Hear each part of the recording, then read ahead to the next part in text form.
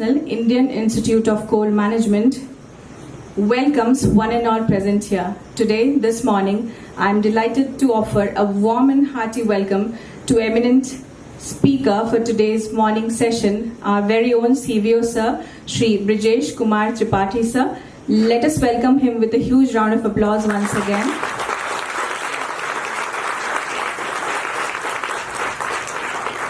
I also extend a warm and hearty welcome to Executive Director IICM, Dr. Kamakshi Raman. I offer warm and hearty welcome to senior colleagues of IICM, Shri Sudhir Kumar sir, Shri Ataur Rahman sir, other faculties of IICM, executives who have joined from CCL and Coal India headquarters. I welcome management trainees who all have joined from various subsidiaries and are undergoing MSDP training here at IICM. I also offer warm and hearty welcome to the participants of IT Initiative program. So at the outset, I would request Executive Director IICM, Dr. Kamakshi Raman, to offer a bouquet of fresh flowers to CVO sir and welcome him. Of Asansol Division of Eastern Railway. Earlier, he was instrumental in many vigilance reforms and system improvements while working as Chief Vigilance Officer in Eastern Railway. Shri Tripathi has a vast experience of about 25 years in planning, design and execution of various railway projects as well as maintenance and operation of major infrastructure. He has expertise in matters related to establishment, budget, tenders and contract management. At present, he is taking Coal India Limited to newer heights by making the executives of Coal India Limited aware of the vigilance. Vigilance, as far as I have heard sir talking many a times, he says vigilance सिर्फ vigilance department की जिम्मेदारी नहीं है, हर executive एक vigilance executive है. जैसा कि sir मानते हैं और कहते हैं, हर एग्जीक्यूटिव एक विजिलेंस एग्जीक्यूटिव है, चाहे वो मैनेजमेंट ट्रेनी जो डे 1 जिसने ज्वाइन किया हो, चाहे वो हाईएस्ट लेवल ऑफ कोई ऑफिसर हो. We all are taking the responsibility of being vigilant and making our environment vigilant on our shoulders. This morning I request sir to kindly come up to the podium and address the gathering. आप सभी से निवेदन करूंगी कि sir की संबोधन को बहुत ही ध्यान से सुनेंगे. सर, आज के इस क्लास में आपके लिए बता दूं, आज के इस क्लास में हमारे मैनेजमेंट ट्रेनीज जो कि future torch bearers of Coal India Limited हमारे ऑर्गेनाइजेशन के young and energetic management trainees हैं जो अराउंड 200 प्लस नंबर में है. और आज की डेट में सारे मैनेजमेंट ट्रेनीज बहुत अच्छे से आईआईसीएम में ट्रेनिंग कर रहे हैं. उसके अलावा सर हमारे पास आज आईटी इनिशिएटिव प्रोग्राम के भी जो सीनियर पार्टिसिपेंट्स हैं वो भी अवेलेबल है यहाँ पर. सभी आपकी बातें सुनने के लिए, आपके संबोधन को सुनने के लिए आतुरता से इंतजार कर रहे हैं. कृपया मंच पर आकर इन्हें संबोधित करें.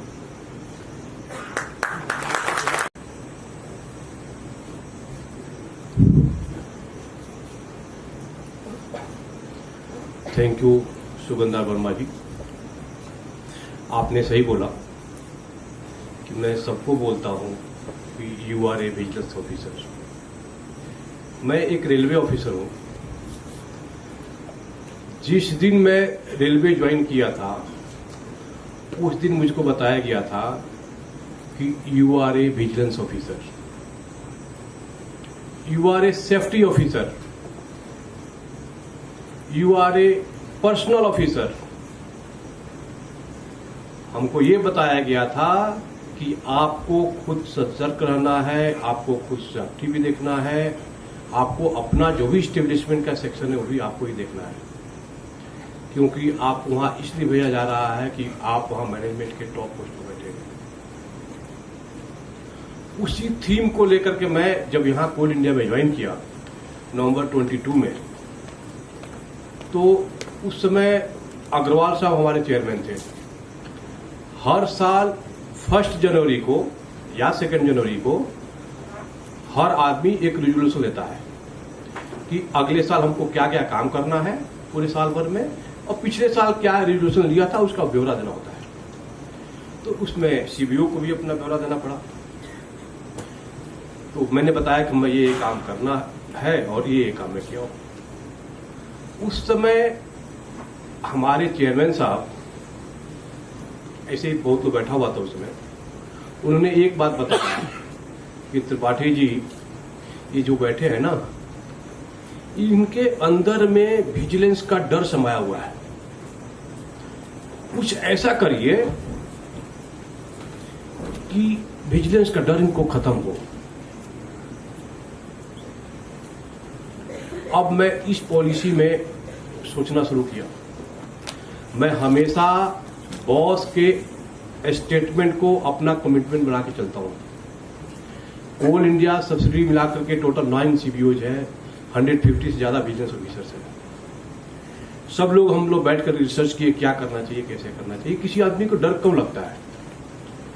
किसी भी आदमी को किसी चीज का डर तब लगता है जब वो खुद अपने आप को उसका पार्ट नहीं मानता है। तो पहला मैंने स्टेटमेंट दिया कि मेरा हर कोल इंडियन विजिलेंस ऑफिसर है।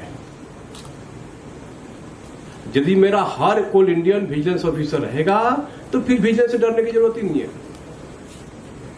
खुद सतर्क रहेगा, अपने कलीग को सतर्क रखेगा, अपने डिपार्टमेंट को सतर्क रखेगा, अपने सब्सिडी को सतर्क रखेगा, अपने एरिया को सतर्क रखेगा। वो सारा काम करेगा जो विजिलेंस ऑफिसर को करना होता है। मैंने एक कोड बनाया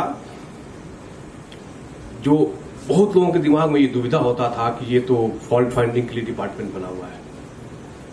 my dear friends, CBC manual के पहले पन्ने में लिखा हुआ है कि किसी भी ऑर्गेनाइजेशन को करप्शन फ्री बनाना उसके CEO, उसके CMD को, उसके चेयरमैन की रिस्पॉन्सिबिलिटी होती है। विजिलेंस डिपार्टमेंट उसको सहायता करने के लिए होता है। जिस तरह से बाकी डिपार्टमेंट है, मैकेनिकल है, फाइनेंस है, पर्सनल है, प्रोडक्शन है, माइनिंग डिपार्टमेंट है, उसी तरह से हमारा विजिलेंस डिपार्टमेंट भी है। उसको विजिलेंस मैटर में अपने चेयरमैन को, अपने CMD को हेल्प करना है। यदि सेफ्टी डिपार्टमेंट आपके लिए काम करता है, राजभाषा डिपार्टमेंट आपके लिए काम करता है, फाइनेंस डिपार्टमेंट आपके लिए काम करता है, कभी भी देखिएगा आप कहीं एक्स्ट्रा OT दे दीजिएगा तो फाइनेंस वाला उसको चेक करता है, उसको रिटर्न कर देता है। चेक करना उसका ड्यूटी है। पर्सनल डिपार्टमेंट को उसकी ड्यूटी है क्या चेक करना, कैसे चेक करना, क्या काम करना है। वैसे विजिलेंस डिपार्टमेंट की अपनी ड्यूटी है, वो अपना ड्यूटी करता है। इसको किसी भी हालत में कतई भी निगेटिव वे में नहीं सोचना है। तब मैंने एक कोट बनाया, vigilance is by you, vigilance is for you, vigilance is with you always.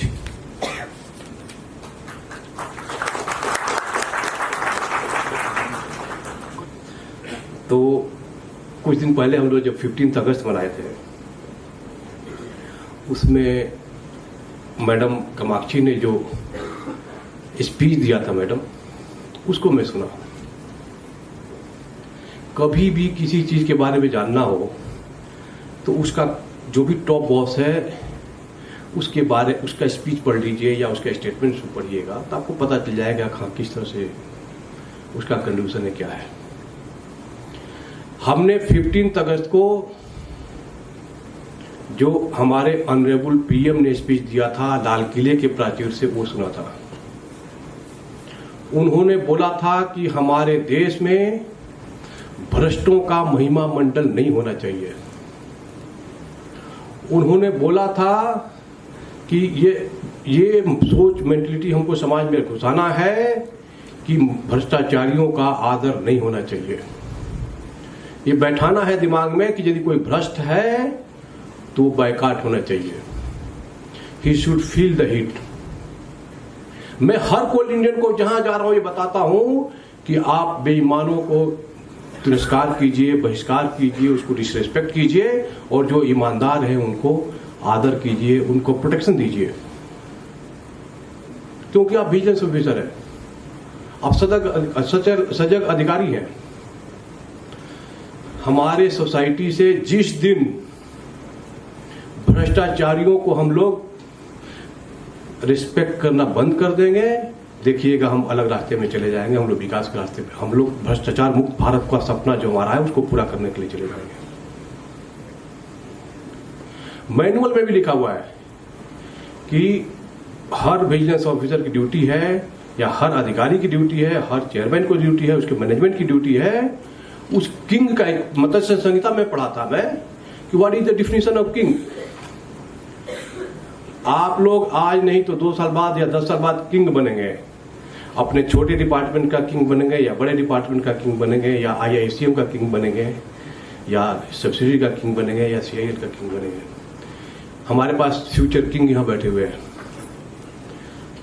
King की ड्यूटी क्या है?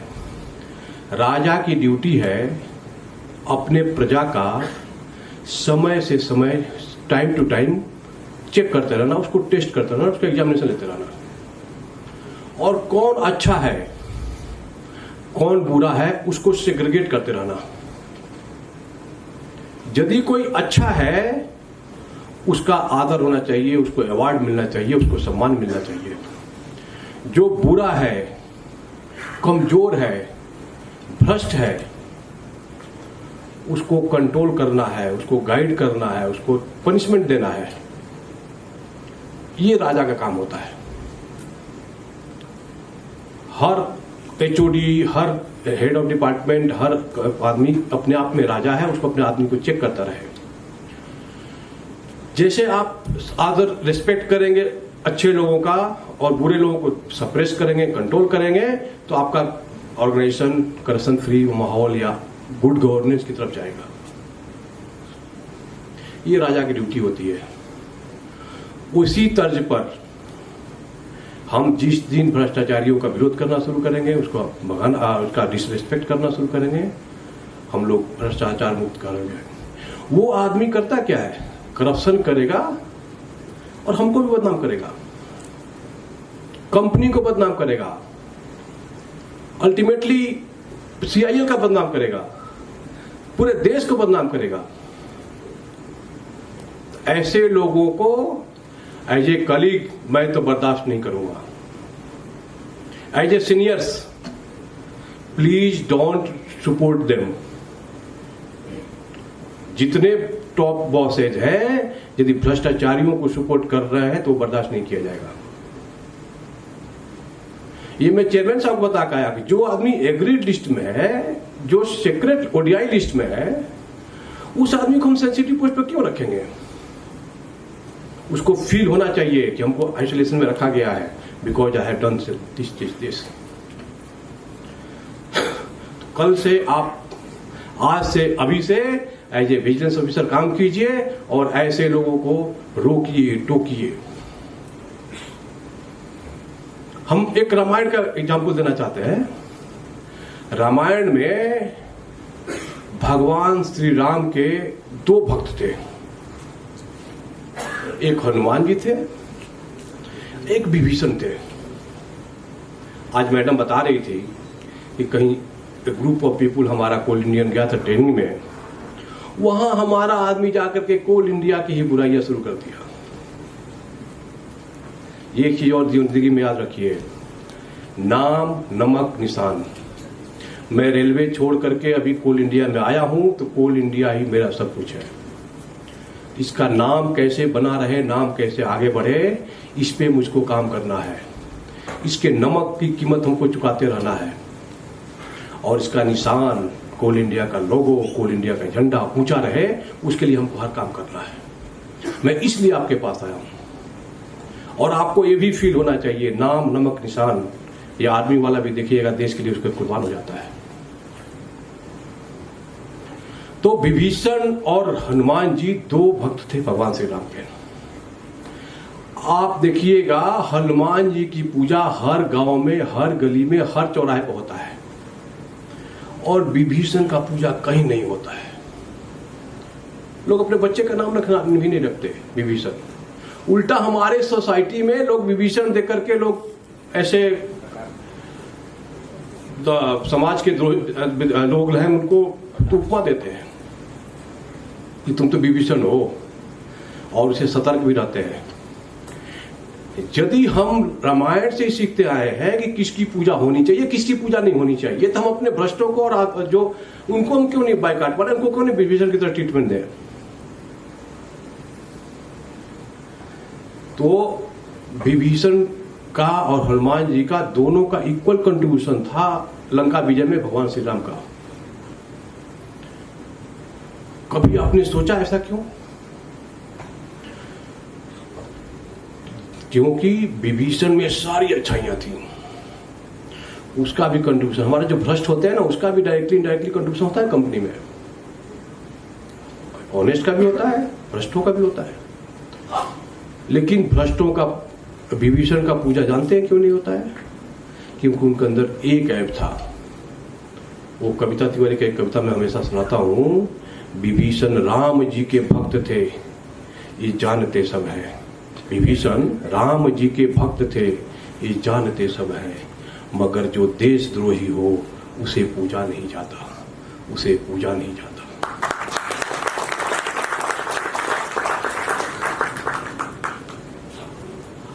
आज से लगभग 40 साल पहले 1984 में भोपाल में गैस लीकेज हुआ था।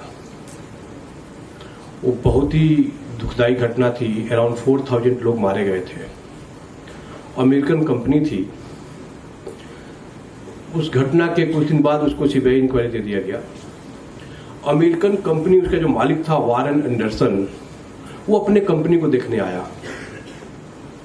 आप लोग उस घटना के बारे में जानते होंगे। आया तो सीबीआई उसको अरेस्ट कर लिया। दिसंबर 84 में सीबीआई उसको अरेस्ट कर लिया। उस समय व्हाट एवर द सिचुएशन में भी भारत सरकार को उसको छोड़ना पड़ा। वो वापस अमेरिका चला गया। जो आदमी 4000 लोगों को लगभग मारा है यहाँ पे, उसको भारत वालों को छोड़ना पड़ा या भारत वालों ने छोड़ दिया। लेकिन जानते हैं अमेरिकन उस आदमी को बायकॉट कर दिए थे। अमेरिकन सोसाइटी वारेन एंडरसन को बायकॉट कर दिए थे। इवन उसकी फैमिली बायकॉट कर दी थी। उसकी बच्चे जब 2014 में वो एक्सपायर हुए थे तो उनके बच्चे उनका डेड बॉडी लेने नहीं आ रहे थे। तब जाकर डिस्क्लोज हुआ कि he was treated like that. तो ऐसे ही हमको ट्रीटमेंट करना पड़ेगा भ्रष्टाचारियों के प्रति। तब हम मिशन करप्शन फ्री इंडिया पे, करप्शन फ्री CIL पे का मिशन को पूरा कर पाएंगे। ये हमारे ऑनरेबल PM ने बोला था लाल किले के प्राचीर से इसी 15 अगस्त को। और हमारे प्राइम मिनिस्टर, हमारे PM प्रसाद साहब, चेयरमैन CIL, उनका 26 जनवरी का स्पीच सुनिएगा। उसमें चेयरमैन साहब का स्टेटमेंट था, कोल इंडिया को न केवल मूल्यवान कंपनी बल्कि मूल्यों पर आधारित कंपनी बनाना है। न केवल मूल्यवान कंपनी बल्कि मूल्यों पर आधारित कंपनी बनाना है। ये हमारे चेयरमैन साहब का 26 जनवरी का ओल्ड भवन के प्राचीर से उन्होंने ये स्पीच में बोला था। फिर मैं बताया हमारा बॉस का स्टेटमेंट मेरा कमिटमेंट हो जाता है। कोल इंडिया का अब यदि मूल्यवान बनाना है तो विजिलेंस का रोल भी इसमें आता है। हमने IICM को रिक्वेस्ट किया, हम सारे CMDs को रिक्वेस्ट किए और हम लोग ट्रेनिंग में लग गए। कोई आदमी मूल्यवान कब होगा? जब अपने क्या करना है, क्या नहीं करना है, क्या रूल है, क्या नहीं रूल है। हम लोग ट्रेनिंग कराए, थोक भाव में ट्रेनिंग कराए, मैराथन ट्रेनिंग कराए। उसी के लिए हम अभी IT इनिशिएटिव का ट्रेनिंग चल रहा है। मोरल वैल्यूज और हमारे लोगों के प्रति क्या होना चाहिए इसके बारे में बताया है। पूरे विजिलेंस वाले सारे 9 CBOs प्लस 150 विजिलेंस ऑफिसर्स मिलकर हम लोग ड्राइव किए कि अपना जो मैनुअल बोलता है उतना तो इंस्पेक्शन करना ही है, उसके अलावा हमको वीकली सरप्राइज इंस्पेक्शन करना है। हर वीक में मैडम 3 सरप्राइज इंस्पेक्शन विजिलेंस वाला करता है। सेक्रेटरी कोल को हमने बताया, सेक्रेटरी कोल ने बताया, उनका स्टेटमेंट था let us work together and make coal company as a branded company. उसमें हमने बताया, तब उन्होंने बताया कि एक flying squad Coal India level पर सेट करना है। तो 28 एक्सपर्ट जो वेरियस डिपार्टमेंट के उनका मैंने एक्सपर्ट टीम बनाया है एक, और प्लस विजिलेंस वाले मिलकर के फ्लाइंग स्क्वाड, वो भी सरप्राइज जाता है, महीने में 2 या 3 बार जाता है, 5-6 दिन माइन में या ऑफिस में जहां कैंप करता है और थ्रो इंस्पेक्शन करता है। विजिलेंस वाले, कितना हमारा स्टॉक है आप थोड़ा इमेजिन कीजिएगा, कई लाख टन हमारा कोयला पड़ा रहता है। दुनिया वालों के दिमाग में रहता है कि इसको पता नहीं है कितना है। हम लोगों ने CMPDI को हेल्प लेकर के पूरा ज्वाइंटली 14 माइन का 100% स्टॉक वेरिफिकेशन कराए थे, और मुझको बताते हुए गर्व हो रहा है कि यदि उसका खाता बोलता है 2 लाख मिलियन मेट्रिक टन है तो 2 लाख मिलियन मेट्रिक टन है। 2 मिलियन मेट्रिक टन यदि है तो 2 मिलियन मेट्रिक टन है, प्लस माइनस 5% जो टॉलरेंस यूनिट बोलता है। थोड़ा बहुत गलतियां उसको छोड़ दिया जाए तो हम ये बोल सकते हैं कि हमारा कोल इंडियन के पास जो कोयला है उसका मोटा मोटी हिसाब उसके पास रहता है। विजिलेंस टीम को लगाया गया है कि अनऑथराइज्ड एंट्री एग्जिट चेक कीजिए, ड्रोन का यूज कीजिए, टेक्नोलॉजी का यूज कीजिए, वीडियोग्राफी फोटोग्राफी का यूज करके कितना हमारा है उसको लेकर के हाईलाइट करना है। ये विजिलेंस डिपार्टमेंट को काम दिया गया। तो विजिलेंस डिपार्टमेंट कुछ हम लोग ऐसा काम कर रहे हैं कि हमको ब्रांड बिल्डिंग में काम करना पड़ेगा। उसी संदर्भ में मैं इस स्टेटमेंट का भी यूज करना चाहता हूं। हमारे लगभग 250 लोग यहां पर है कि you are a vigilance officer. जरा सोचिए कि हमारा कोल इंडिया की ब्रांडिंग में कौन कौन है जो बाधक है। सबसे पहला मैं मानता हूं कि ये जितना ह्यूमन इंटरफेस है, नंबर ऑफ टेंडर हम ज्यादा करते हैं, छोटे छोटे टेंडर करते हैं, वही छोट भैया आता है हमारे यहाँ आकर के 10 ठो कुछ हमारे डिपार्टमेंट वालों के साथ मिल करके फिर बाहर जाकर वो बदनाम करता है। माइन में देखिएगा अनवांटेड लोग घूमते रहते हैं, सो कॉल्ड एजेंट। वो आपके यहां आकर के कुछ 6-5 करते हैं, बाहर में जाकर हमारी बदनामी करते हैं। जिस दिन ये ह्यूमन आदमी से आदमी का मिलना या अनवांटेड लोगों का अंदर आना बंद हो जाएगा, देखिएगा हम ब्रांडिंग के चले जाएंगे। जिस तरह से कोल इंडिया टेक्नोलॉजी का यूज कर रहा है, ये भी दिन दूर नहीं है। हम लोग हर चीज तब ऑनलाइन कर रहे हैं, तो उसमें काफी कमी हो रही है। लेकिन इस पर ध्यान रखना है। मेरे इतने दीपक, मैं हर कोल इंडियन को दीपक बोलता हूं, हर विजिलेंस ऑफिसर को दीपक बोलता हूं। हर माइन में जाके जलेगा, वहां विजिलेंस वाला नौकरी करेगा, लोगों को रोक टोक करेगा, अपने ऑफिस में रोक टोक करेगा, काम करेगा। तो ऑब्वियस है कि हमको ब्रांडिंग, कोल इंडिया को ब्रांडिंग में ले जाना काम पड़ेगा। रोटेशनल ट्रांसफर हमारा टाइमली हो, मैनुअल में जो लिखा है, SOP में जो लिखा है वो हमारे नीचे तक ट्रेनिंग हो, हम जो रूल है उसको फॉलो करें, गलती न करें। देखिएगा हम ब्रांडेड कंपनी का ही है कि कोई गलती नहीं होता है। उनके हर एम्प्लॉई, हर ऑफिसर उसके परफेक्ट होते हैं। डिले सबसे बड़ा कारण है कोल इंडिया में। Delay breeds corruption. My dear friend, यदि किसी भी फाइल को आप डिले किए हैं या डिले कर रहे हैं या लेकर बैठे हुए हैं, तो मैं तो ये मानूंगा कि आपका नियत ठीक नहीं है। हम लोग गवर्नेंस पे बात करना है। सबसे बड़ी बाधक है सरकारी नौकरी में लोगों के दिमाग में काम नहीं करना है। मुझको भी जब मैं पढ़ाई कर रहा था तो लोग ये बताया था कि तू पढ़ाई कर ले, अच्छा है, तुम तो पढ़ने में तेज है, तुमको रेलवे मिल जाएगा। और रेलवे में आराम ही आराम है। रेलवे में आराम ही आराम है। मैं जब 2-4 साल काम किया तो मैंने एक मैसेज बनाया कि ये आंखें आज भी उस आदमी की तलाश कर रही है जिसने हमको बताया था कि रेलवे में आराम ही आराम है। अभी तक हमको मिला नहीं। मतलब इस मेंटालिटी को छोड़ दीजिए कि हम पब्लिक सेक्टर में हैं, हम सरकारी नौकरी में हैं तो हमको आराम है। मैडम हमको फीवर है, मैं एंटीबायोटिक पता नहीं क्या दवा खाया, आया यहाँ पे, रात में आराम किया, लेकिन बहुत सारी चीजें करनी भी थी, फिर भी मैं यहाँ आया। और लेकिन क्योंकि हम यहाँ आए तो आपको कुछ बता के जाए। हमने प्रोग्राम किया है, ये कमिटमेंट है, दैट इज कॉल्ड इंटीग्रिटी। हमारा हर Coal Indian man of integrity, doyen of integrity बनेगा। इस मिशन से हम काम करें। तो डिले यदि कर रहे हैं मतलब आपका दिमाग में कुछ न कुछ चल रहा है। वर्क कल्चर, मतलब आश्चर्य लगता है, दिन भर बैठे रहता है आदमी, कुछ नहीं करता है, घर पे जाके सोता कैसे, या घर पे भी क्या सिचुएशन रही होगी।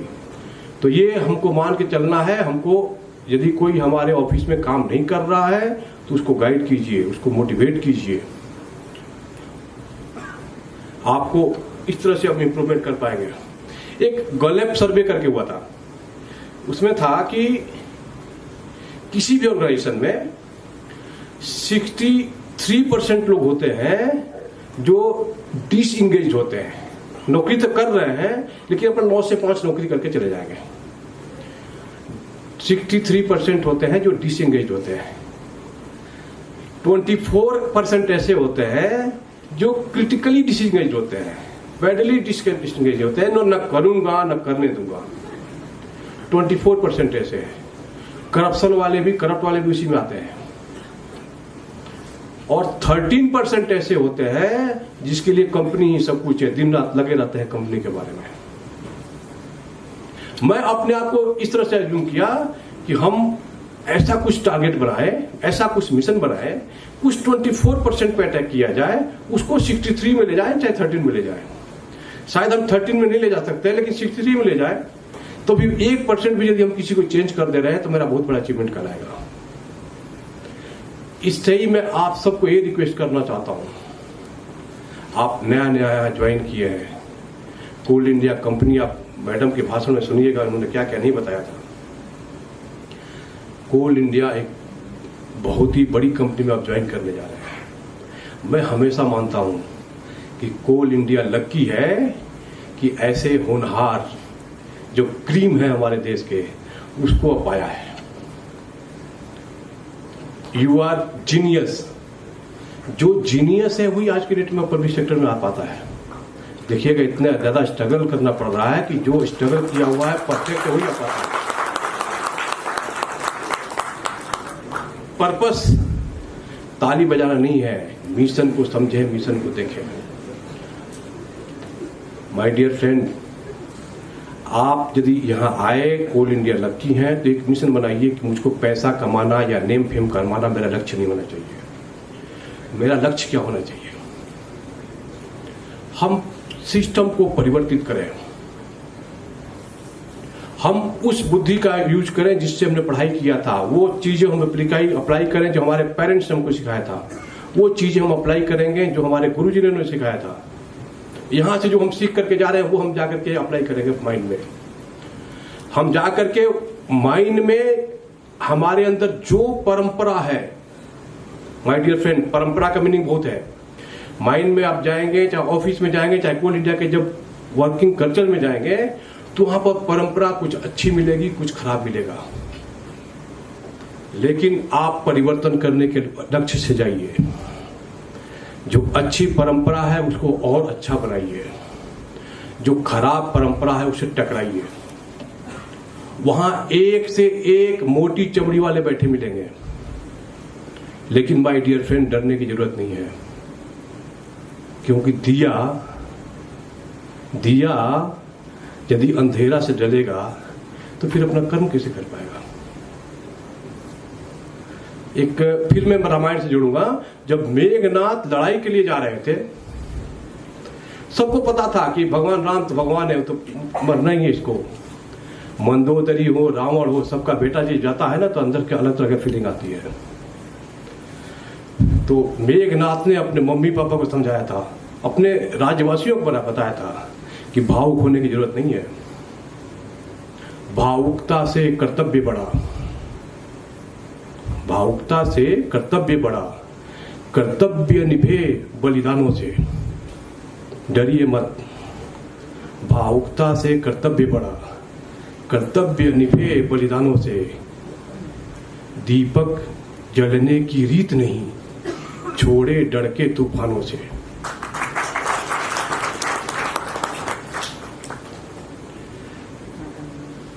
तो क्यों न हम इस मिशन को लेकर काम करें, कि हमको जाना है और चेंज करना है। मैं हर विजिलेंस ऑफिसर को दीपक बोलता हूं। जब आप दीपक बनिएगा तो आपको अप्रोच करेगा, और मैं भी दीपक हूं। जब देखिएगा विजिलेंस वाले को जो करप्ट है वो तो अपना दुश्मन मानते ही हैं, लेकिन जो ईमानदार है वो भी उसको लाइक नहीं करते हैं। मैं सीबीओ हूं, लेकिन मुझे कोई फोन नहीं करता है अपने डिपार्टमेंट वाला, मुझसे कोई मिलने नहीं आता है, मुझसे कोई बात नहीं करता है, अपने घर नहीं बुलाता है। क्यों? उनको लगता है कि ये तो इससे मिलना भी मुश्किल है, मिलने से भी लोग 10 तरह की बातें सोचेंगे। मैं भरपूर कोशिश करता हूं कि भाई हम वो नहीं आ रहे, ठीक है मैं जाऊंगा। इस मेंटेलिटी को मैंने ब्रेक किया, और जब हम लोग क्रिकेट खेलते हैं तो बाकी डायरेक्टर्स हों, बाकी हैं, वही बोलते हैं कि पहले आप जाइएगा बैटिंग करने के लिए, पहले मैं जाऊं। मैं दीपक हूं, उसको मैं कंपेयर करता हूं। दीपक को तो डरना चाहिए, अंधेरा को डरना चाहिए दीपक से, लेकिन उससे दुश्मनी कौन निभाता है, बुझाता कौन है? हवा। यानी जो करप्ट है उसको डरना चाहिए, लेकिन जो ऑनेस्ट है वो भी उसको लाइक नहीं करते हैं। तो उसमें एक कविता बनाया था कि मैं ब्रजेश हूं, मैं दीपक हूं, मैं ब्रजेश हूं, मैं दीपक हूं। मेरी दुश्मनी सिर्फ अंधेरों से है, मेरी दुश्मनी सिर्फ अंधेरों से है। हवा तो बेवजह ही मेरे खिलाफ है, हवा तो बेवजह ही मेरे खिलाफ है। हवाओं से कह दो, हवाओं से कह दो कि खुद को आजमा के दिखाए। बहुत दीपक बुझाती है, एक जला के दिखाए, एक जला के। मैडम, आपसे एक ही विनती है कि आप इसमें से एक दीपक ऐसा भी बनाइए जो हमारा आईआईसी में जलेगा, हर माइंड के कोने कोने में जलेगा। और जब जलेगा, अंधेरा भागेगा, तो ये दिन दूर नहीं कि हम लोग आगे बढ़ पाएंगे। इसको जरा सोचना है कि हम क्यों नहीं परिवर्तन करें। फिर मैडम के स्पीच पर जाएंगे। मैडम ने विकसित भारत की बात की है, कोविड की बात की है, 5वीं इकोनॉमी राष्ट्र निर्माण की बात की है। मेरा एक जानने वाला लड़का सिविल सर्विसेज क्वालिफाई किया। किसी फंक्शन में हम लोग गए थे, मैडम आपको बता रहा था मैं, मैडम भी थी मेरी साथ में, तो किसी फंक्शन में गए थे, वो लड़का भी वहां आया था। और जब आया वो, तो उसको मैं बचपन से जानता हूं। मैं बोला इधर आओ प्रणाम करो मुझको। मेरा कोयला जाता है, इलेक्ट्रिसिटी बनता है, बल्ब जलता है, बल्ब जलता है उसी इलेक्ट्रिसिटी से, लाइट जलता है उसी लाइट के नीचे तुम पढ़कर पढ़ाई किया आओ मेरा पैर छुओ। मतलब उसको मैंने कोल इंडिया से जोड़ दिया। उसने पैर छुआ और हाथ जोड़ के बोला कि आप मेरे आइडियल पुरुष हैं, आपको मैंने सोच सोच करके आपके बारे में जान जान के बचपन से पढ़ाई की है। तो मेरी मैडम ऐसे देखने लगी। यदि कोई आदमी आपको आइडियल मानने लगे, चाहे वो पढ़ाई के मामले में हो या आपके बिहेवियर के बारे में हो, चाहे आपके कर्म के बारे में हो, तो समझ लीजिए कि आपका जीना सार्थक हो गया। तो ये कसम खाइए कि जिंदगी में कोई ऐसा काम नहीं करे जिससे कि हमारी बदनामी हो, हमारी शिकायत हो, हमारे समाज की बदनामी हो, हमारे घर परिवार की बदनामी हो, हमारे कंपनी की बदनामी हो। इस डायरेक्शन में काम करना है। आप आइडियल तभी बन पाएंगे जब आपके अंदर निगेटिव वाली चीजें ना हो। तो इसमें सोचना है। Vigilance department, Coal India, madam Coal India इतना बड़ा है कि last year vigilance awareness week period में हमने सीबीसी को रिक्वेस्ट किया, ऑनरेबल सीबीसी को विजिलेंस अवेयरनेस वीक पीरियड में दिल्ली से बाहर गए। जब मान लीजिए इंडिया पाकिस्तान का वार चल रहा हो, उसमें आप चीफ ऑफ आर्मी स्टाफ को अपने पास बुला लीजिए, ये इम्पॉसिबल सा टास्क है। लेकिन वी आर लकी उस पीरियड में ऑनरेबल सीवीसी कोल इंडिया में आए। उन्होंने कोल इंडिया के बारे में सोशल साइट से और बाकी इंफॉर्मेशन लिया, कुछ मैंने भी डाटा दिया, उससे उन्होंने पढ़ाई किया। उन्होंने हमसे पूछे कि त्रिपाठी जी आपका कोल इंडिया बहुत अच्छा डेवलप कर रहा है। तो मेरा भी उस समय इतना ही था कि हाँ, बिजली बल्ब तक हम सीमित थे। राष्ट्र के निर्माण में बहुत बड़ा अच्छा योगदान है कोल इंडिया का। बोले हाँ, तो राष्ट्र के निर्माण यदि है तो उसके रास्ते पर एक हम दीपक हैं। बोले नहीं, आप ध्यान से सुनिएगा, कहीं भी मैं जाता हूं, ईंट हो, स्टील हो, सीमेंट हो, या पंखा हो, बिजली हो, शर्ट हो, चश्मा हो, आपका कोयला जाता है तो ईंट बनता है, सीमेंट बनता है, स्टील बनता है। आपका कोयला जाता है तो इलेक्ट्रिसिटी बनता है, तो मशीन चलता है, मशीन चलता है तो आपका शर्ट बनता है, आपका पैंट बनता है। यानी राष्ट्र निर्माण बिना कोल इंडिया के पॉसिबल ही नहीं है। जिस तरह का कंट्रीब्यूशन है आपका, यानी फिर उन्होंने समझाया कि यदि एक राष्ट्र के निर्माण को मल्टी स्टोरी बिल्डिंग मानिएगा, एक स्ट्रक्चर मानिए, तो वो यदि राष्ट्र विकार निर्माण है तो उस राष्ट्र निर्माण के फाउंडेशन है, आप फाउंडेशन है। कोल इंडिया का कंट्रीब्यूशन इस तरह का है। ऐसे कंपनी में आप काम कर रहे हैं। माय डियर फ्रेंड, जब मैं ज्वाइन किया था नवंबर 22 में, तो उस समय कोल इंडिया की अर्निंग थी, प्रॉफिट था 17,000 करोड़ रुपीज। लास्ट ईयर हो गया था उस समय था 17,000 करोड़ रुपीज, लास्ट ईयर हो गया था 27,000 करोड़ रुपीज। इस साल हमारा अर्निंग है मार्च 24 में 37,000 करोड़ से ज्यादा। यानी आप ऐसे कंपनी में काम कर रहे हैं जिसका प्रॉफिट हर दो साल में डबल होते जा रहा है। लास्ट ईयर जेम में इतना नंबर ऑफ इश्यूज होने के बाद भी कोल इंडिया ने ₹1 लाख करोड़ का जेम से खाली टेंडर किया था। वो अपने आप में अचीवमेंट था।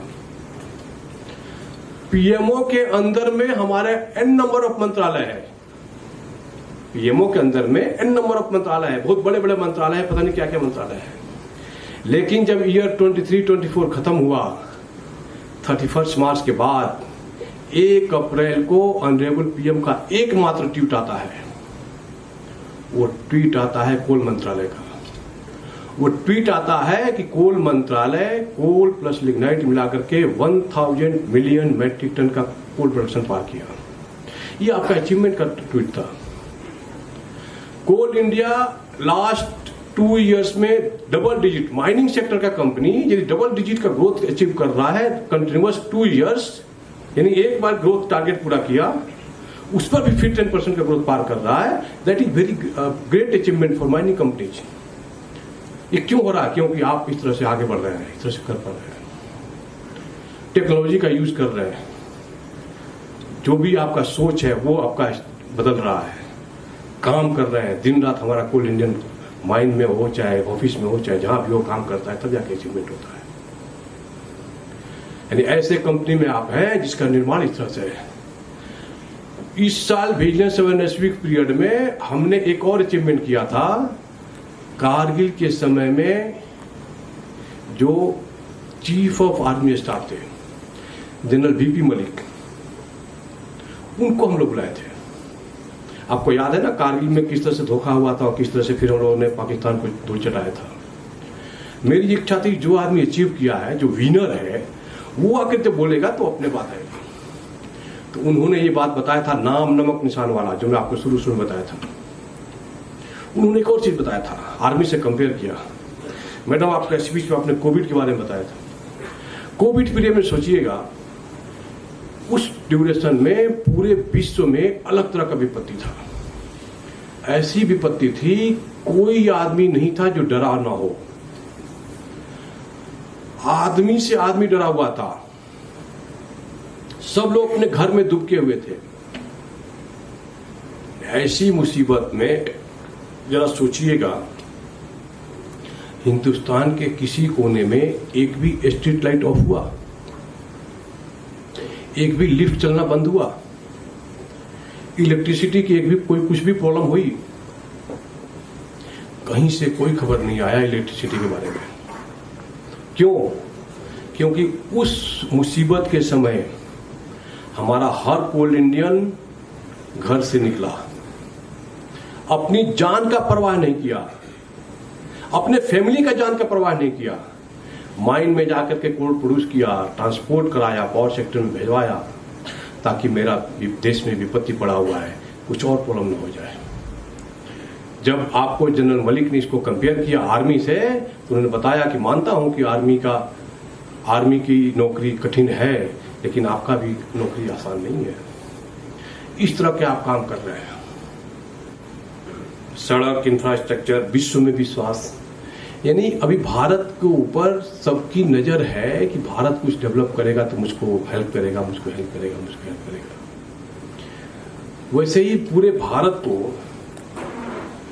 कोल इंडिया पर विश्वास हो रहा है।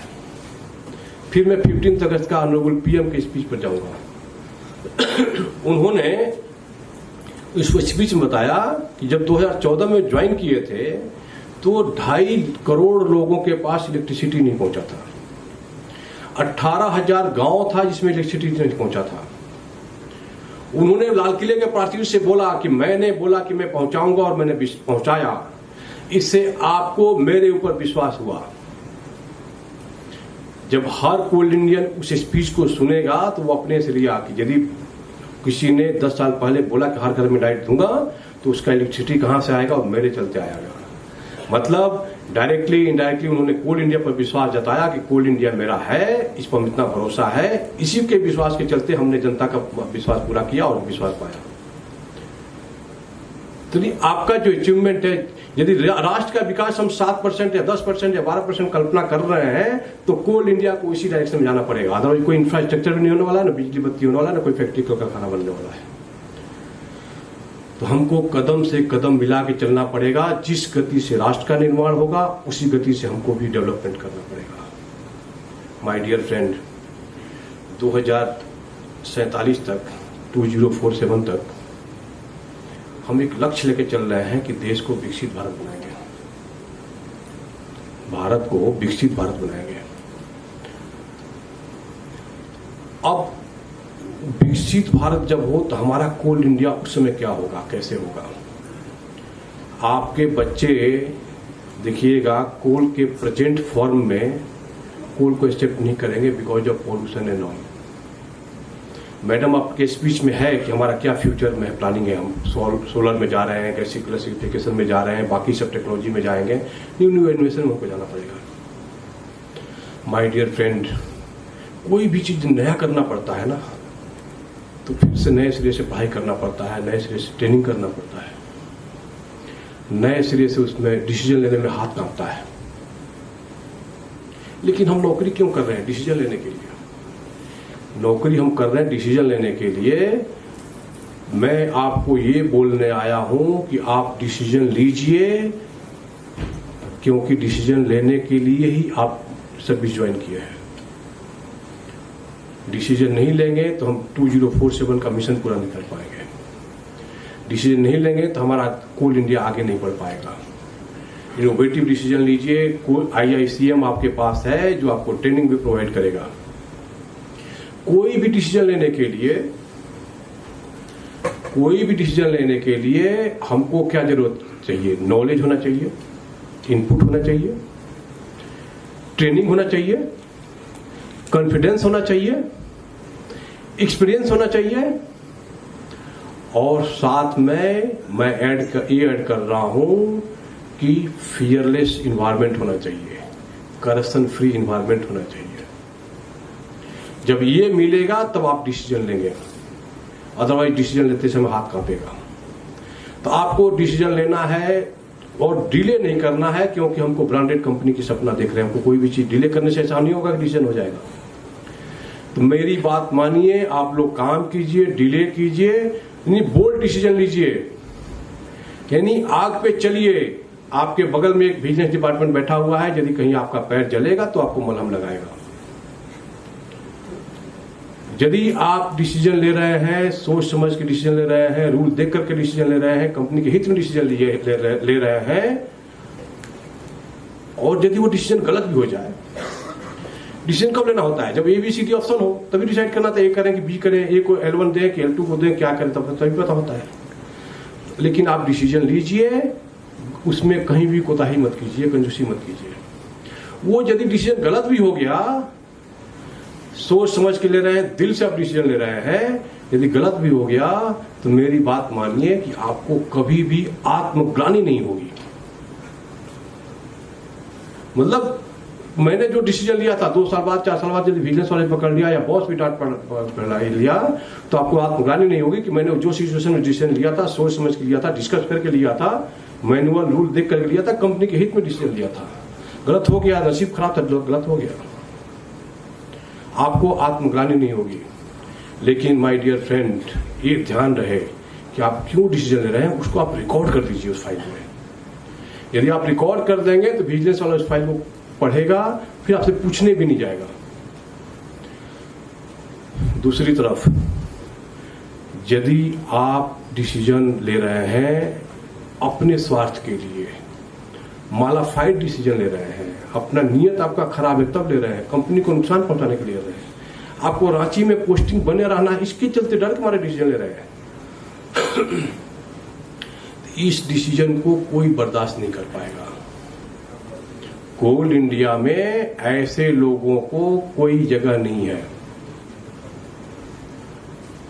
तो ऐसे लोगों को कोई माफ नहीं कर पाएगा, विजिलेंस वाले भी माफ नहीं कर पाएंगे। उसमें मैंने कहीं पढ़ा था, बख्श देता है खुदा उनको, बख्श देता है खुदा उनको जिनकी तकदीर खराब होती है, बख्श देता है खुदा उनको जिनकी तकदीर खराब होती है, लेकिन वो हरगिज नहीं बख्शे जाते मैडम, लेकिन वो हरगिज नहीं बख्शे जाते जिनकी नीयत खराब होती है, जिनकी नीयत खराब होती है। तो इसीलिए आप कंपनी के हित में डिसीजन लीजिए, गलत हो जाएगा तो डरने की जरूरत नहीं है। क्या 5 मिनट ब्रेक दे दें? कंटू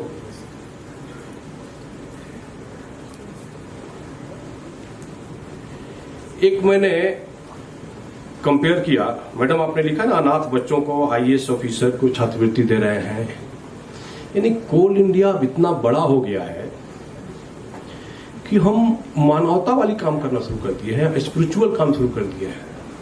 हम आज यहाँ आए हैं, कोल इंडिया इतना बड़ा है कि हम आए हैं आप मोरल वैल्यूज के बारे में बात करने आए हैं। हम डिफिनीशन देना चाहते हैं ग्रोथ का। ग्रोथ के बारे में हमने बताया कि हमने 10% से ज्यादा का हम ग्रोथ कर रहे हैं, 37,000 करोड़ रुपये से ज्यादा का हमारा प्रॉफिट हो रहा है और वी आर डूइंग ग्रेट। जो भी मेटेरियलिस्टिक ग्रोथ होता है दैट इज कॉल्ड ग्रोथ। कोई बच्चा यदि बड़ा हो गया, उसका मेंटल विकास नहीं हुआ, फिर भी हम लोग बोलते हैं ग्रोथ अच्छा है।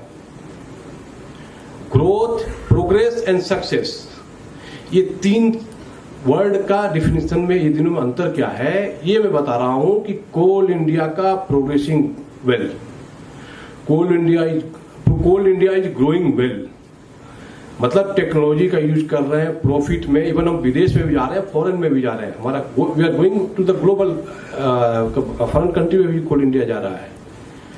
कोल इंडिया का ग्रोथ अच्छा हो रहा है। प्रोग्रेस, यदि उस ग्रोथ में आप डिसिप्लिन जोड़ दीजिए, यदि आप इथिक्स जोड़ दीजिए, उसमें रूल, डिसिप्लिन, ये सब जोड़ दीजिए, तब वो प्रोग्रेस कहलाता है। तो ये मैं बता रहा हूं, जिस तरह से हमारा हर चीज का मैनुअल है, SOP है, और जिस तरह का ट्रेनिंग हम लोग करा रहे हैं, जिस तरह से इथिक्स पे जोड़ दे रहे हैं, और जिस तरह का डिसिप्लिन है, कोल इंडिया इज प्रोग्रेसिंग वेल। अभी भी बहुत काम करने की जरूरत है। आप हैं, आप भी साथ लगिए, सब लगेंगे, हम लोग उसमें जो भी उसको और रिफाइन करते हुए आगे बढ़ेंगे। उसी ग्रोथ में भी हमको बहुत काम करना है। उसके बाद आता है तीसरा सब, सक्सेस। उस ग्रोथ के बाद प्रोग्रेस। प्रोग्रेस में यदि आप ह्यूमैनिटी को जोड़ दीजिए, स्पिरिचुअलिटी को जोड़ दीजिए और मोरल वैल्यूज को जोड़ दीजिए, that is called success, that is called branding. Coal India को सक्सेसफुल कंपनी बनाना है। इसलिए मैं आपको बताने आया हूं कि इसके बारे में हम लोग को काम करना है कि perfect company, successful company, branded company बनाना है कोल इंडिया के लिए। कोल इंडिया को रूल बेस्ड कंपनी से वैल्यू बेस्ड कंपनी बनाना है। कोल इंडिया को, जैसे चेयरमैन साहब का स्टेटमेंट हमने बताया था, मूल्यवान कंपनी के साथ साथ मूल्यों पर आधारित कंपनी बनाना है। सेक्रेटरी कोल का जो स्टेटमेंट था, let us come together and work hard for brand building of coal company and CIL। तो इस तरह से आपको काम करना है हर आदमी को मिलकर, और ये तभी हो पाएगा। ये जो 100 और 150 आदमी विजिलेंस वाले हैं उनसे नहीं होने वाला है, हर आदमी को आगे आना पड़ेगा। और जो मैंने बताया कि जो करप्ट है उसको डिसरेस्पेक्ट करना शुरू कर दें। सक्सेसफुल कंपनी का एक और, मैडम आपने हिंदी में भाषण दिया अपना 15 अगस्त का। मैं चेयरमैन साहब को विजिलेंस अवेयरनेस वीक का संदेश के लिए मैं बोला था पढ़ने के लिए कि सर आप अंग्रेजी में बोल दीजिए, मैं हिंदी में बोल दूंगा। बोले नहीं सर, वो अच्छा रहेगा सर, पूरा ऑल ओवर इंडिया में जाएगा। 267 PSU हैं, वो सबके CBO सब जगह घूमेगा कि हाँ चेयरमैन CIL का क्या मैसेज है, दे विल इजीली अंडरस्टैंड। बोले हमको उससे मतलब नहीं है, हमारा माइंड का हर आदमी समझ ले, हमको ऐसी भाषा को बोलना है। और उन्होंने अपना जो भी बिजनेस अवेयरनेस का संदेश दिया उन्होंने हिंदी में दिया था। मैडम आपका हिंदी का 15 अगस्त का भाषण सुन के हमको बहुत अच्छा लगा। एक और बहुत अच्छा प्रोग्राम शुरू करा है, इथिक्स इन पब्लिक सर्विस। आप जो जिस तरह से IICM काम कर रहा है, एक और मैं हमेशा बोलता हूँ, एक किसी पिक्चर में था ना कि मेरे पास गाड़ी है, बंगलो है, बैंक बैलेंस है, पता नहीं क्या क्या है, अमिताभ बच्चन और शशि कपूर।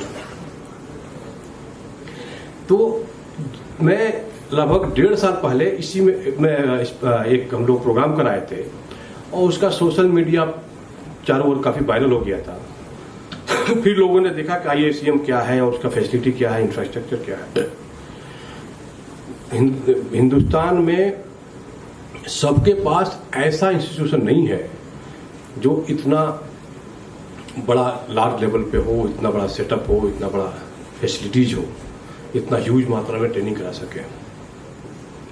CBC में बात बताए कि जब भी आप कोई प्रोग्राम कराइए ना तो IICM में कराइए, हर बात में आइए। और आज जब भी आप कोई प्रोग्राम कीजिए तो आजू बाजू के जितने PSU वाले हैं उनके भी ऑफिसर को बुला लिया कीजिए, क्योंकि आप बड़े भाई की तरह यूज कर आप रहिए और उनको भी हेल्प कीजिए। तो कई और बात हो रही थी, मेरे पास एक CMPDI है, वो खाली रिसर्च डेवलपमेंट टेक्नोलॉजी जो विजन 2047 में देखिएगा, CMPDI के चलते हम लोग काफी आगे बढ़ जा पाएंगे और कोई भी डिफिकल्टी नहीं आएगी बिकॉज ऑफ IICM में। हम NLCIL के भी CBO के कुछ दिन चार्ज में था, तो कुछ ऐसी बात हो रही थी, तो वहां पर बोला क्या कह रहे तुम्हारे पास IICM है ना, हर बात में तुम्हारे पास IICM है। तो वही मैं डायलॉग बोलता हूं हमेशा कि कोई बोलता है कि मेरे पास गाड़ी है, बंगलो है, बैंक बैलेंस है, तेरे पास क्या है? तो मैं उनको ये बोलता हूं मेरे पास IICM है। मैं IICM को यूज करके माय डियर फ्रेंड, कम से कम मेरे विजिलेंस के 1000 ऑफिसर को ट्रेनिंग दिलाया हमने, ओनली विजिलेंस मैटर। और आपको सब जोड़ दें हम तो हमारे ख्याल से हम 20,000 लोगों को एड्रेस कर चुके हैं। इस फोरम का हम यूज कर रहे हैं क्योंकि मेरे पास IICM है, मेरे पास माँ है, और माँ जो सिखाती है ना, वो मैं रेलवे में भी विजिलेंस में था, तो वहां एक कविता बनाया था कि वक्त के इस दौर में, वक्त के इस दौर में, उम्र के इस पड़ाव पर, वक्त के इस दौर में, उम्र के इस पड़ाव पर, वसूलों को ताक पर क्यों रखे हम, वसूलों को ताक पर क्यों रखे हम, गलत को गलत ना सही, गलत को गलत ना सही, पर सही भी क्यों कहें हम। माता पिता और गुरुजनों से जो सिखाया, माना कि बहुत कुछ सीखना बाकी है, माना कि बहुत कुछ सीखना बाकी है, पर माता पिता और गुरुजनों ने जो सिखाया उसी मूल्यों पर तो आज तक टिके हुए हैं हम। ईमानदारी हो मेरी जीवन शैली क्यों भूले हम, ईमानदारी हो मेरी जीवन शैली क्यों भूले हम। कोई ऐसी मां नहीं होगी जो अपने बच्चे को ये बताएगी कि ये बुरा है करो। कोई पिताजी ऐसे नहीं होंगे जो ऐसा सिखाएंगे। तो माता पिताजी का और गुरुजनों का मतलब मैडम आपने बोला है अगला पन्ना में कि आप एक कुशल अधिकारी बनिए और एक योग्य नागरिक बनिए। मतलब आपको यहां से इन्होंने अपील किया कि आप ऐसा बन करके जाइए और कोल इंडिया की सेवा कीजिए और राष्ट्र की सेवा कीजिए, राष्ट्र का निर्माण में योगदान दीजिए। मैडम ने बोला IICM, CIL और फिर राष्ट्र। आप मैडम का स्पीच सुनिएगा, फेसबुक का पाला ही है। तो गुरु जी के बारे में मैं हमेशा ये बोलता हूं, हे गुरु नमन करता हूं तुम्हें जो तुमने मुझ पर ये उपकार किया। हे गुरु नमन करता हूं मैं तुम्हें जो तुमने मुझ पर ये उपकार किया, मेरे तुच्छ और व्यर्थ जीवन को सफल और साकार किया। तेरी उंगली पकड़ के तो नहीं चला मैं, पर तेरे डंडों का सहारा मिला था। आज ये महसूस होता है तेरे डंडों का असर उंगलियों से ज्यादा था। तुम न होते तो बताता कौन जाऊं किधर, कौन करता आकलन परामर्श देता कौन। मैं तो एक अबोध बालक था, मेरी क्षमता का पहचान करवाता कौन। तुम न होते तो अनुशासन को ही समझ लेता प्रतिबंध शायद। अनुशासन है सफल जीवन का मंत्र, ये बताता कौन। इसलिए हे गुरु नमन करता हूं तुम्हें जो तुमने मुझे असंख्य गुणों से परिपूर्ण किया। कर्म भूमि के इस धरा पर मार्ग दिखाकर मेरे जीवन को संपूर्ण किया।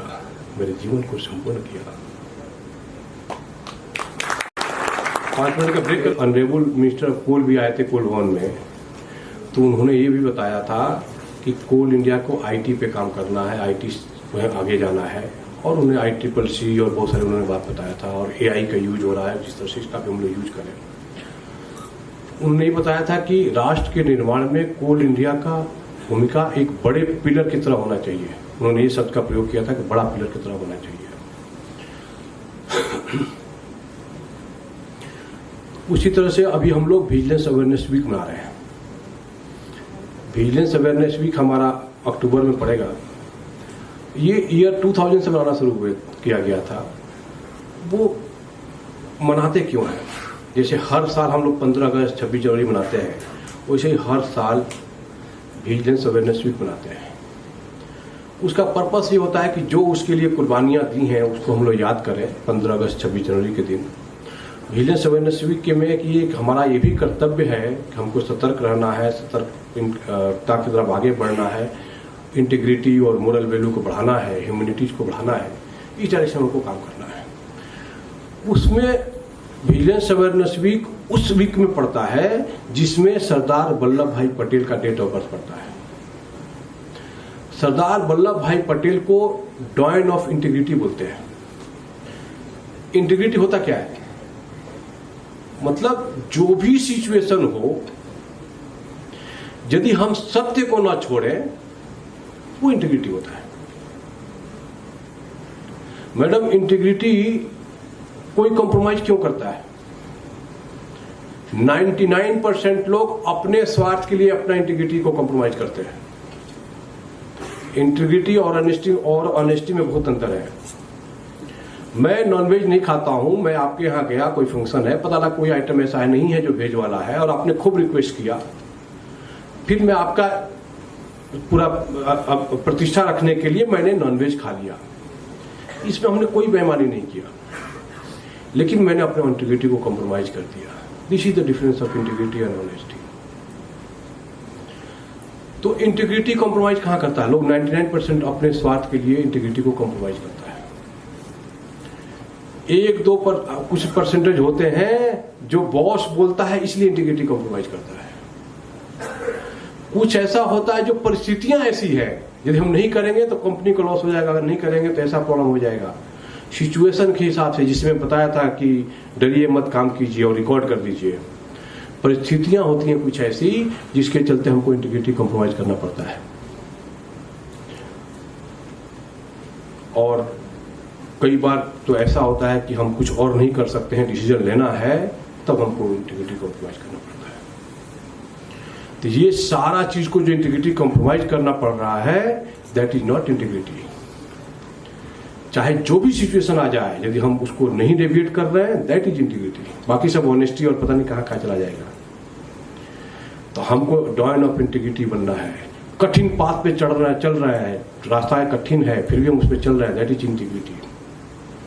मैं कलकत्ता से आया हूं यहाँ पे। कलकत्ता में, बंगाल में नेताजी सुभाष चंद्र बोस थे, उनका मैं एग्जाम्पल देता हूं। He was one of the man of integrity.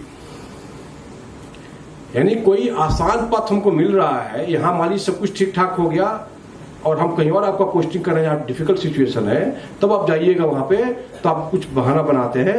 ऐसा नहीं, आप नसीब आपका अच्छा है, आपको एडमिनिस्ट्रेशन ने आपको विश्वास किया है, तभी आपको इस डिफिकल्ट सिचुएशन में भेजा है। सुभाष चंद्र बोस जब बच्चे थे तो उनके पिताजी की इच्छा थी कि हमारा बेटा आईसीएस करता। तो उस समय आईएएस को आईसीएस बोलते थे और केवल इंग्लैंड में एग्जाम होता था, पूरे वर्ल्ड के लोग वहीं जाके एग्जाम देता था। उनके पिताजी की इच्छा थी कि बेटा मेरा आईसीएस करता। वो यहाँ से इंग्लैंड गए, जाकर के एग्जाम दे के आए और क्वालिफाई कर गए। जब वहां से वापस आ रहे थे तो बॉम्बे हाई में हजारों की संख्या में इंडियन उनको देखने के लिए आया था कि कौन आदमी जो क्वालिफाई किया है। अभी शिप में ही थे, तब तक उनका माइंड चेंज हुआ, उनका हृदय परिवर्तन हुआ। दिमाग में आया कि ये तो मैं जो भी अचीवमेंट किया हूं अपने पर्सनल गेन के लिए किया हूं, इनसे क्या मतलब, इससे इनको इससे कोई मतलब नहीं है, फिर भी हमको देखने आए हैं। They are so curious. तो क्यों ना हम कुछ ऐसा करें जो इनके काम का हो। और इंग्लैंड में गए थे, वहां का रहन सहन और वहां का डेवलपमेंट देख कर आए थे, तो वो तो वहां पर उनके दिमाग में घुसा ही था। और हर एक भारतीय के दिमाग में चल रहा था कि हम गुलाम है, तभी नहीं हो पा रहा है, गुलाम है इसलिए नहीं हो पा रहा है। वहां से उनके दिमाग में परिवर्तन आया। घर आए और आईसीएस का सर्टिफिकेट अपने पिताजी के चरणों में रखे और बोले थे कि मुझको नौकरी नहीं करना है। उस समय आईएएस की नौकरी का मतलब किंग माना जाता था, आराम की नौकरी है, कोई कष्ट नहीं है लाइफ में। उस समय इक्का दुक्का ब्रिटिशर्स ही थे जो अचीव कर पे आते थे, बाकी कोई नहीं कर पाता था। यानी उन्होंने उस आराम के नौकरी को छोड़ दिया और उस समय गांधी जी का, देश की आजादी की लड़ाई चल रही थी और उन्होंने गांधी जी को ज्वाइन कर साथ दिया। वहां पर भी कांग्रेस ज्वाइन करके वो खूब मेहनत किए, इतना मेहनत किए कि वो कांग्रेस के टॉप पे पहुंच गए, अध्यक्ष बन गए। 1942 के आसपास जब वर्ल्ड वॉर की बात आ रही थी उस समय, और कांग्रेस की नीति और जो भी स्पीड था उनको पसंद नहीं आया। जिस कांग्रेस को ज्वाइन करने के लिए उन्होंने आईसीएस वाली नौकरी छोड़ी थी, उस कांग्रेस को भी उसने छोड़ दिया। वो फ्यूचर प्राइम मिनिस्टर हो सकते थे, फ्यूचर कोई मिनिस्टर बन सकते थे, ही वाज सो फेमस, लेकिन उस आराम के पाथ को भी उन्होंने छोड़ दिया। बाकी आपको पता ही है कि वह फिर आकर के उन्होंने वो सारा काम किया, अपना आजाद हिंद फौज हो, फॉरवर्ड ब्लॉक हो या कहां कहां देशों में नहीं घूमे, वो सारा काम किए कि हम कैसे अंग्रेजों को परेशान करें। और उन्होंने उस नीति पर काम किए वो कि ये चरखा से कुछ नहीं होने वाला है। एक गोपाल सिंह नेपाली की कविता है, वो हमारे सेक्रेटरी कोल ने भी, हम सारे विजिलेंस वालों का जब रिव्यू मीटिंग कर रहे थे तो बताए वहां पे कि मैं ट्रेनिंग का सीरीज कंटिन्यूस करते आया हूं। उन्होंने हमको बोला त्रिपाठी जी बहुत हो गया ट्रेनिंग। अब उन्होंने कोट दिया, ignorance of law is no excuse. ये आप लोग कहीं पढ़िएगा, है इसमें थीम भी मैंने डाला था। कोल इंडिया इतना अच्छा हो गया है कि मेरा कोई कोल इंडियन ये बोलता है कि हमको पता नहीं था इसलिए गलती हो गई, ये बर्दाश्त नहीं किया जाएगा। मैडम, हमने कुछ दिन पहले एक लेटर इशू कर दिया है कि हर एचओडी की ड्यूटी से हमारी जिम्मेदारी बनती है कि अपने लोगों को ट्रेन करें, चाहे खुद पढ़ाई करके ट्रेनिंग ले रहा हो, चाहे आपस में डिस्कस करके ले रहा हो, चाहे ट्रेनिंग अटेंड करके ट्रेंड हो रहा है, लेकिन यदि वो कोई भी सेंसिटिव काम कर रहा है तो उसको अपना रूल, मैनुअल, एसओपी का नॉलेज होना चाहिए। और मैंने ये क्लियर कट इंस्ट्रक्शन ले लिया है कि जो गलती किया उसको तो नहीं छोड़ेंगे। आई एम सॉरी टू से दिस वर्ड, कि जो गलती किया उसको तो नहीं छोड़ेंगे, साथ में उस एचओडी से भी पूछताछ होगी कि तुमने ऐसे आदमी को काम पे क्यों लगाया जिसको नॉलेज ही नहीं है। तो हम इतने अच्छे हो गए हैं, तब सेक्रेटरी कोल ने हमको बोला कि बहुत हो गया हाथ पैर जोड़ना, अब एक्शन होना चाहिए। शासन चलता तलवार से, फिर वो सुभाष चंद्र बोस से कंपेयर कीजिएगा।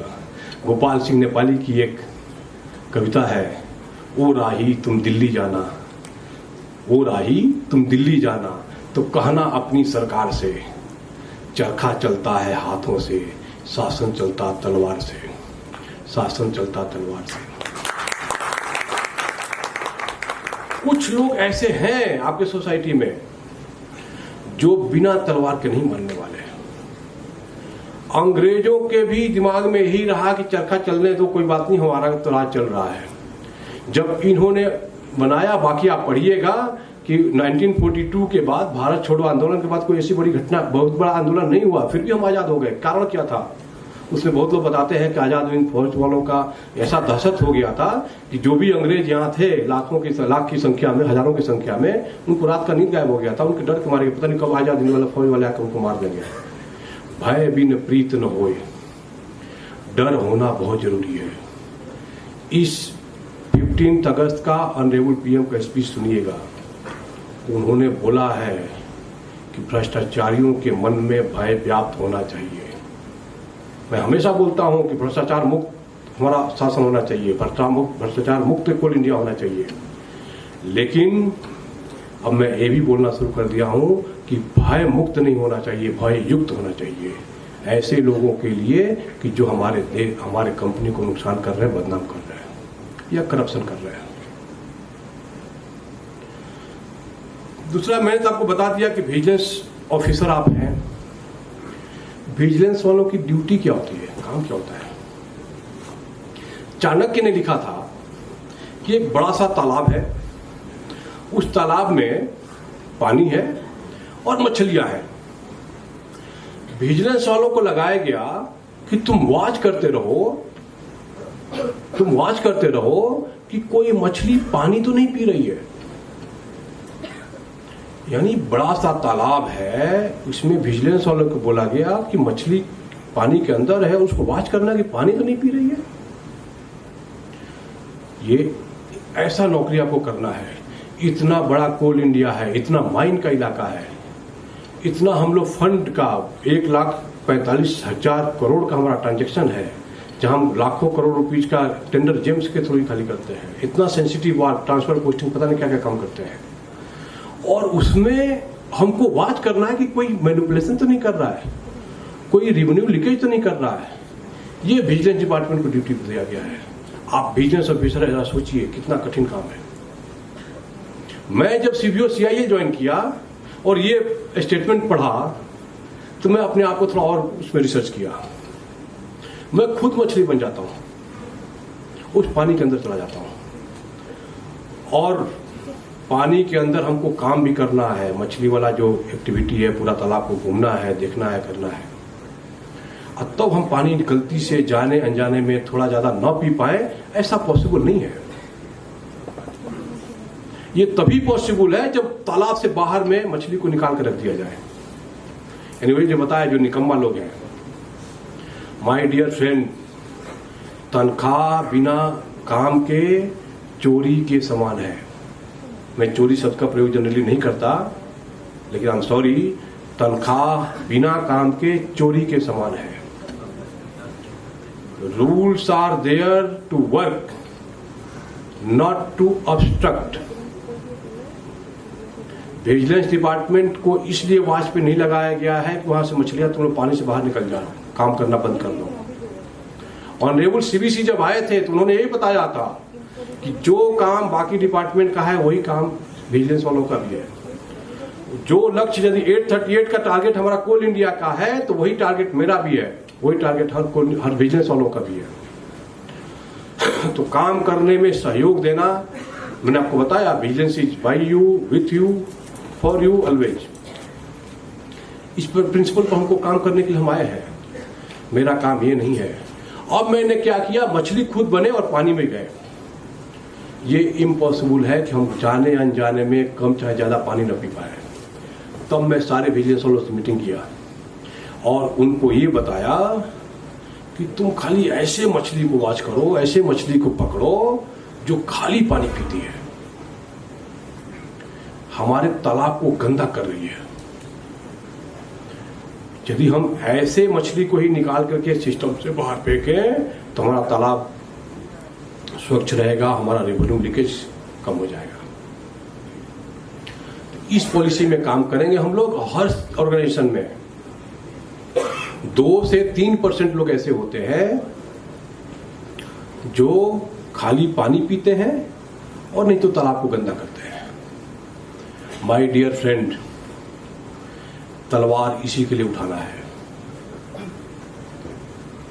एक और हम लोग विजिलेंस अवेयरनेस वीक में हमेशा मैं याद करता हूं सत्येंद्र दुबे का।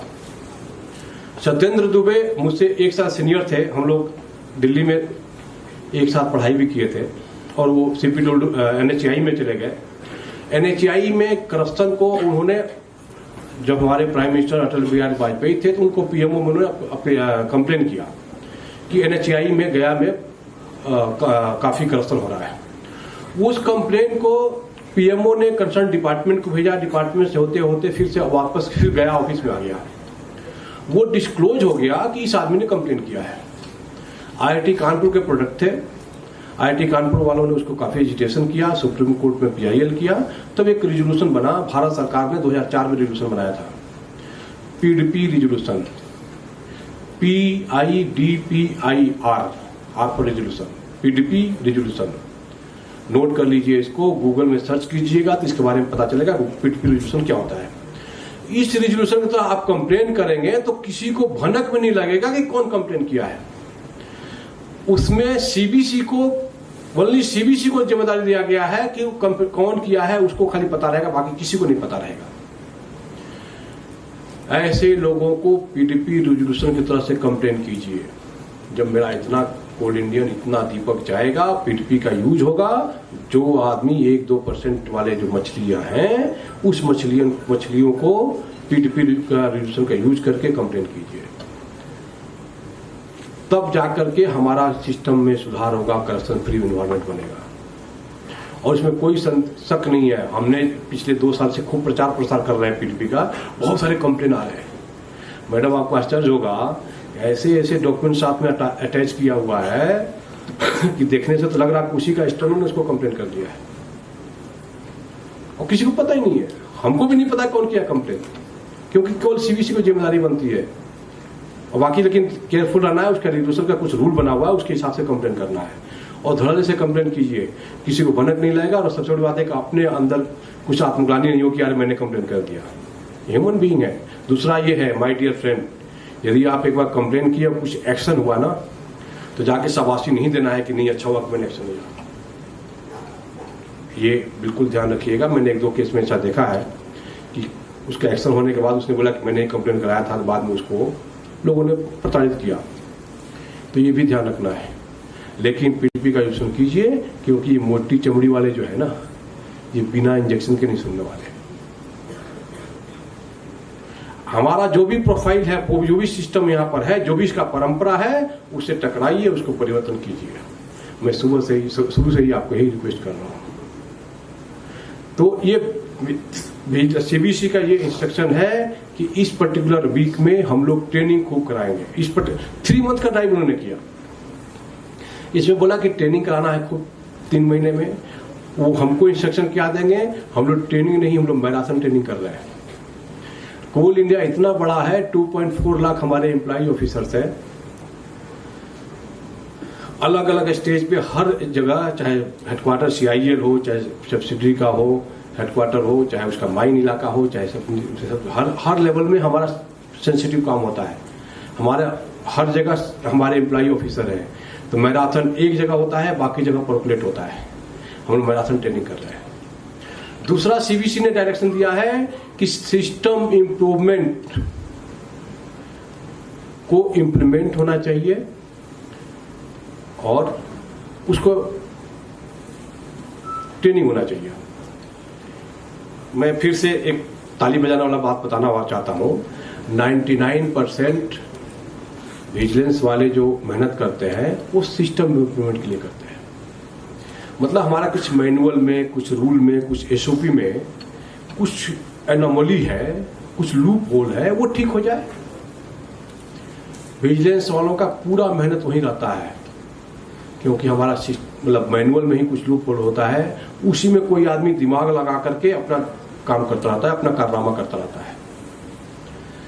सिस्टम इंप्रूवमेंट को हम एक्सप्लेन करते हैं क्या, कि एक गेहूं का बोरा है, गेहूं के बोरे में गेहूं रखा हुआ है और बोरा है, कहीं वीक पॉइंट है, उसको चूहे ने काट दिया।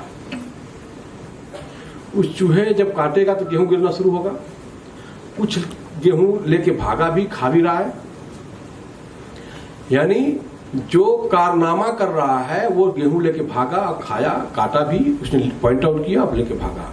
विजिलेंस वाले जब घूमते हुए देखे कि यहां पर लूप होल है, तो लूप होल देखे कौन काटा है, तो चूहा काटा है। अब फिर चूहे वाले चूहे के पीछे पड़ जाते हैं, तब तक गेहूं यहां गिर रहा है, वेस्टेज हो रहा है, लीकेज हो रहा है।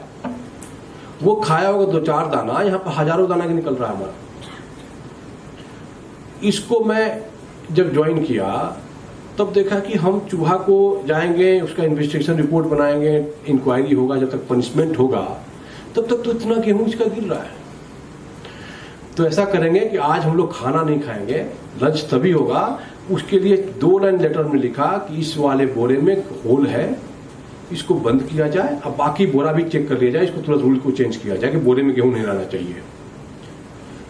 यानी चूहे के पीछे हम पड़े रहेंगे, कोई बात नहीं, चलने दीजिए, लेकिन पहला काम होना चाहिए कि बोरे को बंद करो ताकि रेवेन्यू लीकेज ना हो।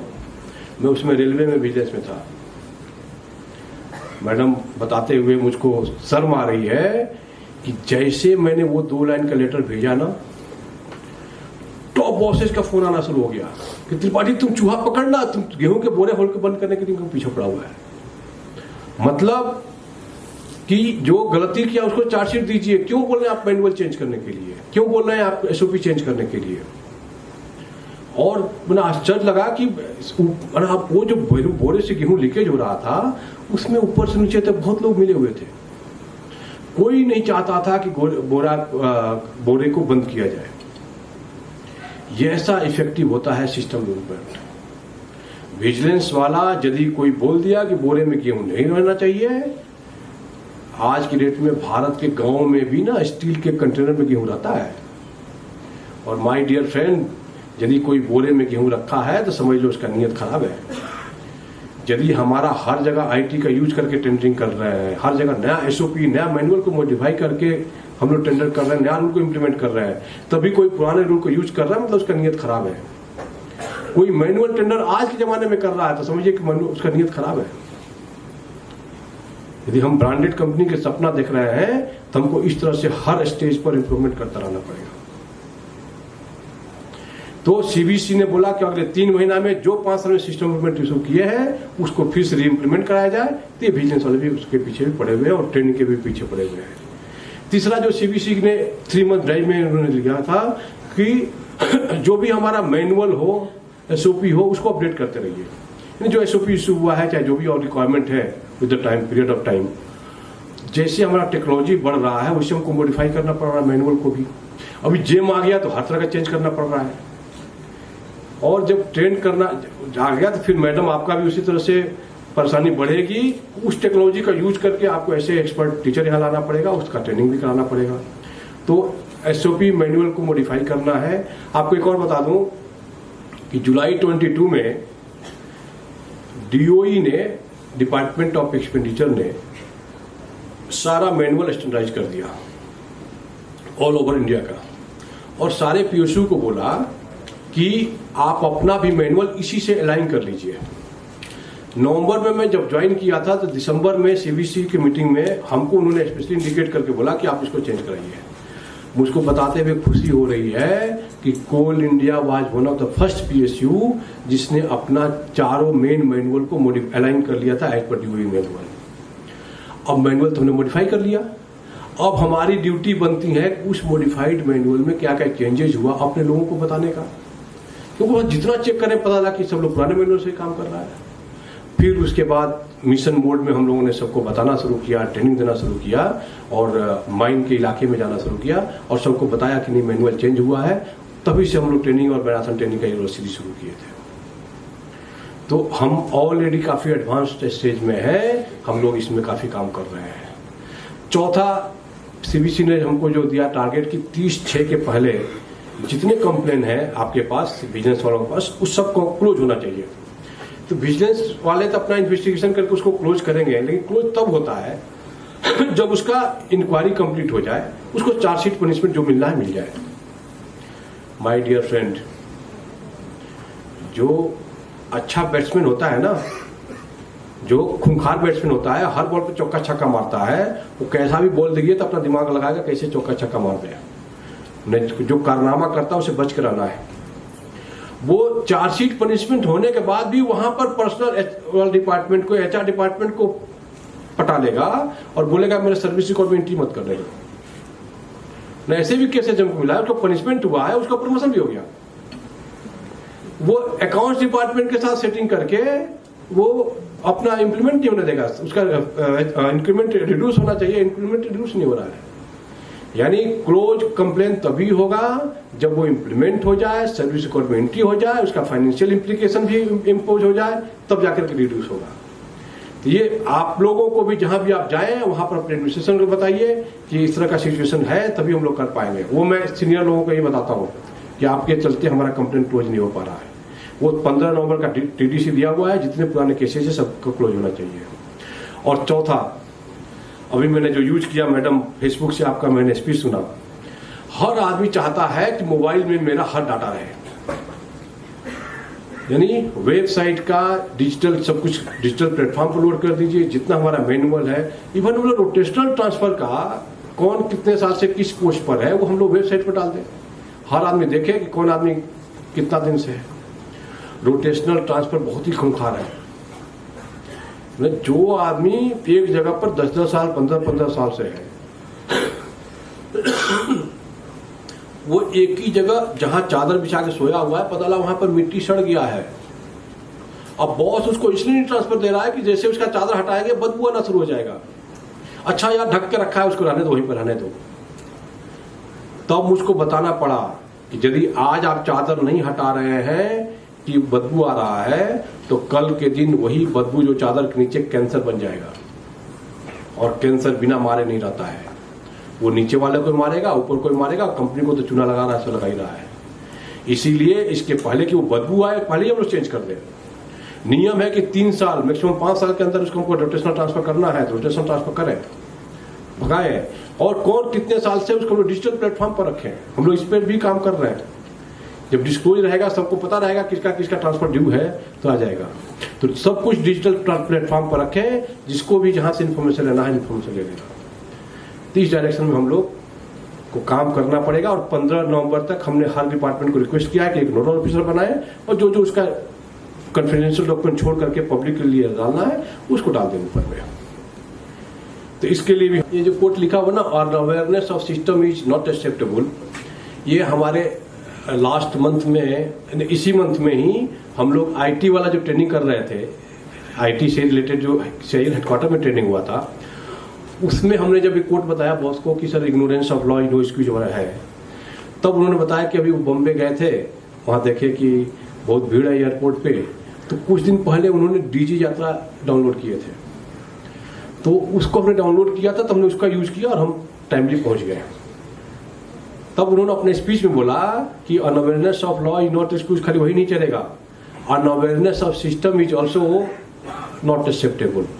यानी जो नया टेक्नोलॉजी आ रहा है उसको भी हम लोग इम्प्लीमेंट करते जाए। ये मतलब इतना हमारा एडमिनिस्ट्रेशन का साथ है। मैडम, कोल इंडिया आज के डेट में फाइनेंशियल कोई ऐसा काम नहीं है कि जिसके चलते हमारा फाइनेंशियल क्राइसिस के चलते हम ये काम नहीं कर पा रहे हैं या कुछ नहीं कर पा रहे हैं। मैंने जो सोचा सब काम होता गया। मैनेजमेंट का, चाहे ऑनरेबल पीएम हो, कोल मिनिस्टर हो, हमारे सेक्रेटरी कोल हो, चेयरमैन हो, सीएमडी हो, इवन हमारी मैडम भाई सीएम हो, हर आदमी का सहयोग है। मतलब हम अनाथ नहीं है, हम अभागा नहीं है, हमारे पास फाइनेंशियली हर तरह से स्ट्रांग है, हर तरह का सपोर्ट मिल रहा है, आईटी से लेकर के और मैनुअल से लेकर के ट्रेनिंग से लेकर के हर तरह का फैसिलिटी हमको मिल रहा है। तो कमी कहाँ है? कमी है हमारे अंदर विल पावर की। हमारे पास विल पावर की है, तभी हम लोग कहीं ना कुछ कर नहीं पा रहे हैं, इंप्रूवमेंट नहीं कर पा रहे हैं, परिवर्तन नहीं कर पा रहे हैं। तुम अधूरे नहीं, तुम अभागे नहीं, बात इतनी सी है, आप जागे नहीं।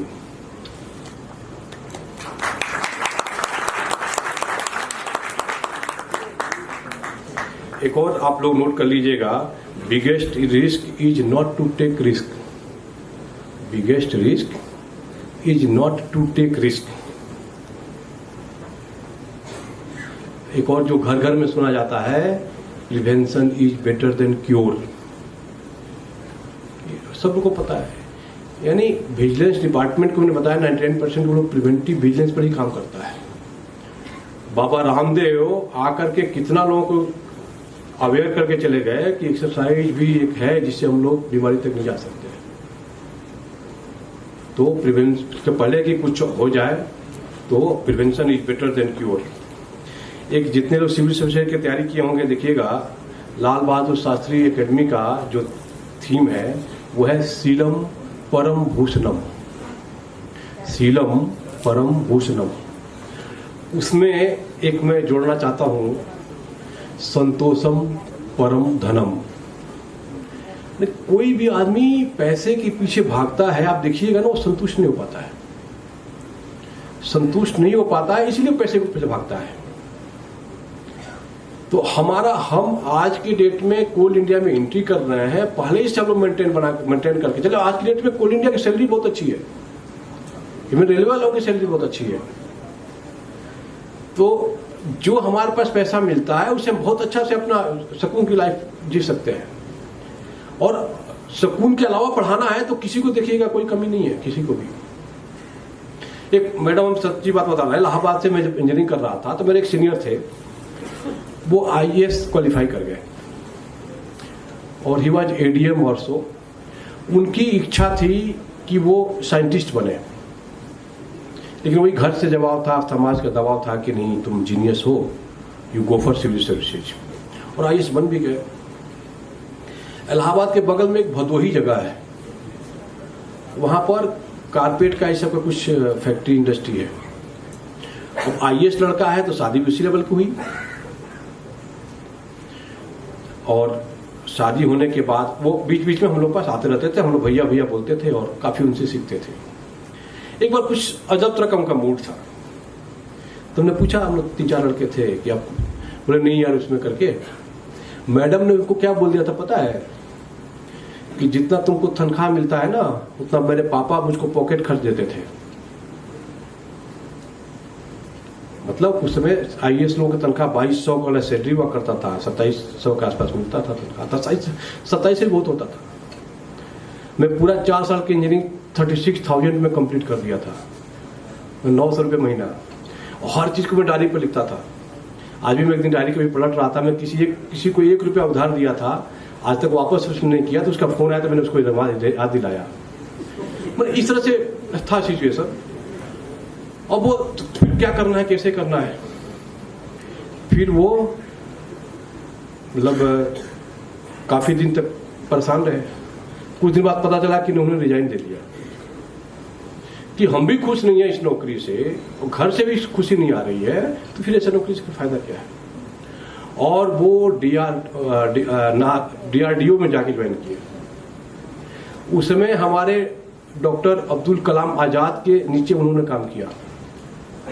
वो अलग बात है कि बाद में जो सीरियल बम ब्लास्ट जैसे कुछ हुआ था उसमें नहीं रहे बेचारे, लेकिन यदि आज की डेट में यदि मिसाइल में और इस क्षेत्र में कुछ काम करता है तो उस आदमी का बहुत बड़ा कंट्रीब्यूशन है। तो उसने दिखाया कि संतोष हमारा, उसका अपना टारगेट उन्होंने पूरा किया और परिवर्तन काफी हद तक उन्होंने किया। और ऐसे लोग हैं जिसके चलते हम लोग आगे बढ़ते हैं। यदि अब्दुल कलाम आजाद का नाम हम लोग हर जगह लेते हैं तो वो आदमी कब सोचिएगा, उनके बारे में पढ़िएगा। हम लोग विवेकानंद के बारे में सोचिएगा, पढ़िएगा। हम लोग बिरसा मुंडा की धरती पर है, हम लोग जोहार झारखंड और बिरसा मुंडा की धरती। 25 साल की उम्र में उन्होंने क्या क्या नहीं कर दिया, आप लोग भगवान मानते हैं। ये सब हमारी विभूतियां हैं, इनके बारे में इनसे आपको सीखना है, जानना है, समझना है। तुलसीदास ने लिखा था कि मतलब पैसा का कोई इससे लिमिटेशन नहीं है, हमको संतुष्ट होना है। वो आदमी संतुष्ट हुआ, he was very happiest person of the world. उनके घर वाले भी संतुष्ट हो गए, क्योंकि पता है कि आपकी खुशी में भी हमारी खुशी है। मैडम भी साथ में रही पूरा अच्छा से, उन्होंने पूरा सहयोग किया। वो आदमी यदि आगे बढ़ा है तो बिना परिवार के सहयोग से नहीं बढ़ सकते आप। और उस आदमी के चेहरे के चमक देख करके मुझको जब वो उस लड़के ने प्रणाम किया, बोला कि आप मेरे रोल मॉडल हैं, तो मैं अपने मैडम का चेहरा देखा। मैंने मिसेज के सामने कोई इस तरह का सेंटेंस बोल दे तो मुझको अलग लगा। मैं लगा कि हाँ, I am the richest person of the world today. मतलब आप कहीं किसी को नो बोल सके, यदि गलत बोल रहा आप मना कर सके, that is your biggest asset. मैंने बोला आपको, जो गलत को गलत ना सही, लेकिन सही भी नहीं कहूंगा कम से कम। मैंने खाली सांसों के चलने से हम जिंदा है ये सबूत नहीं है। यदि आप बोल सकते नहीं बोल सकते तो आप मैंने मरे हुए के समान है। बोल नहीं सकते हैं वो सब मुर्दा है, तू बदला दे तू जिंदा है, शोर मचा। तो संतोषम परम धनम के लिए एक तुलसीदास जी ने अपने लिखा था कविता में, गोधन गजधन बाजधन और रतन धन खान। उस समय गाय घोड़ा हाथी को भी धन माना जाता था, जो धनवान होते थे वही रखते थे, वो आइडियल माना जाता था। गोधन गज गज मतलब हाथी, बाज मतलब घोड़ा, गोधन गजधन बाजधन और रतन धन खान। जब आवे संतोष धन सब धन धूलि समान। जब आवे संतोष धन सब धन धूलि समान। इस मेंटलिटी से चलिएगा तभी आपके जीवन में शांति है, वरना शांति नहीं है, क्योंकि बाकी इस चीज का किसी का लिमिटेशन नहीं है। एक और था, making money is crime, earning money is spiritual. Making money मतलब आज के जमाने में लोग ओवरनाइट करोड़पति बनना चाहता है, क्या क्या क्राइम नहीं कर रहा है। वही पैसा यदि हम लोग बेईमानी से या निकम्मापन से या बिना किसी एनर्जी के वेस्टेज से यदि पैसा कमा रहे हैं, दैट इज मेकिंग मनी। और इथिकल वे में अपने कैलिबर के चलते, अपने टैलेंट के चलते जो लोग पैसा कमा रहे हैं, that is called earning money. Making money is crime, earning money is spiritual. बाकी थोड़ा हम लोग इथिक्स की बात कर लें लास्ट में। हम अपना मोरल वैल्यू को अपने इथिक्स के साथ कोऑर्डिनेट करके उसको आगे बढ़ाएं। हमारा यदि रूल बोलता है कि हम टेंडर हमको फाइनल करना है, कोई बहुत गरीब आदमी जिसका कोई सर्टिफिकेट नहीं है, कोई कागज नहीं है, उसने टेंडर डाल दिया। अब आप पर इसको दया आ गई, आपको मोरल वैल्यू का तनिया इसको दे देते तो इसका थोड़ा जिंदगी बन जाता, थोड़ा सुधर जाता था, जिंदा रह जाता। और अपने रूल जो आपका इथिक्स है उसको वायलेट करके आपने कुछ कर दिया, that is not ethics. My dear friend, as a CVO मैं ये बोल रहा हूँ कि हमेशा कॉर्पोरेट इथिक्स को टॉप पे रखना है। और दूसरा मैं एक फिर से रिपीट कर देना चाहता हूँ, जो आप डिसीजन लीजिए, जिस परिस्थिति में डिसीजन लीजिए, उसको कृपया करके रिकॉर्ड कर दीजिए। That's all. एक और मैं हमेशा लेकर बोलता हूँ, मैडम आप जो बोल रही थी, जो हमारा इमेज कोल इंडिया से बाहर है, ऐसा हमारा कोल इंडिया नहीं है। जहां आपके जैसे ब्राइट स्टूडेंट हमारे यहाँ ज्वाइन कर रहे हैं, जहां आपके जैसे पूरा लोग हैं, जहां इस तरह का डेवलपमेंट हो रहा है, जहां इस तरह का टेक्नोलॉजी का यूज हो रहा है, जहां टेक्नोलॉजी इस तरह का है जिस तरह राष्ट्र के निर्माण में हो सकता है, यदि कहीं भी सब कुछ अच्छा चल रहा है, मतलब जरूर वहां पर कुछ ना कुछ अच्छा है। बुराइयां तो सब जगह होती है। कहीं ट्रेन का टिकट के लिए जो हमको घंटों घंटों लाइन लगाना पड़ता था या बैंक में लाइन लगा कर हमको जाना पड़ता था, वहां में कोल इंडिया मंत्र क्या है। जब उसने आईटी का यूज किया, वो टिकट हमको मोबाइल में मिलना शुरू हुआ, तो हम ही यूजर थे पहले भी, आज भी हम यूजर है, हमको पता चल जाता है। बैंक में पहले लाइन में लगना पड़ता था, अब हमको नहीं लगना पड़ता, हम मोबाइल से ही पैसा ट्रांसफर कर देते हैं, हमको पता चल जाता है। लेकिन कोल इंडिया में क्या इंप्रूवमेंट हुआ है, कितना करप्शन पे हम लोग लड़ाई की है, कितनी ट्रांसपेरेंसी आई है, ये दुनिया वालों को नहीं पता रहता है। तो ये मैं आपको बताने आया हूं कि कोल India working on zero tolerance against corruption, इसको हमें दुनिया वालों को बताना है। मेरे एक जानने वाले फोन किए थे आज से 4-5 महीना पहले कि आप कोल इंडिया में कितना टोकरी बेचते हैं, खरीदते हैं आप लोग, और कितना फावड़ा खरीदते हैं। मतलब क्या मतलब, तुमने वो जो टोकरी धोते हैं ना कोयला, वो कितना खरीदते हैं, फावड़ा कितना खरीदते हैं। नहीं, अब तो पूरा मैकेनाइट हो गया। मैं इतना करके फोन काट दिया। फिर वो दिमाग में आया कि इनको तो कोल इंडिया से कोई मतलब ही नहीं है, फोन क्यों किया। तो मैं 10 दिन बाद फिर से उनको फोन कर किया। बोला नहीं, वो टाइम्स ऑफ इंडिया में जो आर्टिकल निकला ना, अरे कोल इंडिया बहुत अच्छा काम कर रहा है, वही मैं पढ़ा, उसलिए मैं पूछा। माय डियर फ्रेंड, हमारा CIL से ही निकला था ऐड, कोल इंडिया के बारे में निकला था, उसमें बढ़िया से बनाया कि we are doing this this this that. जो फोटो लगाया था ना, वो 3 ठो लेडीज टोकरी लेकर के और एक आदमी फावड़ा लेकर के। उस फोटो क्या दिखाता है, वो फोटो ही दिखाएगा ना कि ऐसे ही चला रहा है ना, आप मानवता के नाम पे ऐसे ही है। अभी भी हमारा कॉर्पोरेट सॉन्ग है, उसको थोड़ा मॉडिफाई करना होगा, उसमें हम लोग मैनुअल दिखाते हैं, जो है नहीं वो नहीं दिखाते हैं। अब मैं जहां भी जाता हूं बोलता हूं कुछ फोटो भेज दो यार, CIL में वो लोग मशीन कितना बड़ा है, क्या है। दुनिया वालों के बताना है कि not a single piece of coal is being exhibited manually. दुनिया वालों को बताना है कि कोल India working on zero tolerance against corruption. हम लोग टेक्नोलॉजी का यूज कर रहे हैं, हम लोग we are serving nation in great way. हमारा नेचर ऑफ वर्क भी ऐसा ही है जैसा हमको सेटिस्फेक्शन दे देता है, हमको कहीं से कोई कमी नहीं है। ये दुनिया वालों को बताने की जरूरत है, क्योंकि आप बिना बताए लोगों को प्रचार प्रसार नहीं होगा। आजकल तो सोशल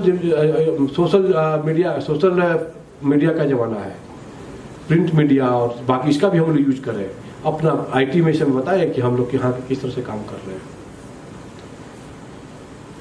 तो आइए आज से प्रण करें कि कुछ ऐसा करेंगे कि हमारे कोल इंडिया का नेम और फेम और ऊंचा जाए। एक और लास्ट में मैं उसको सुनाई देता हूं। कुछ दिन पहले एक कवि सम्मेलन हुआ था, उसमें हमको बोला गया था कि आप कुछ बोल दीजिएगा।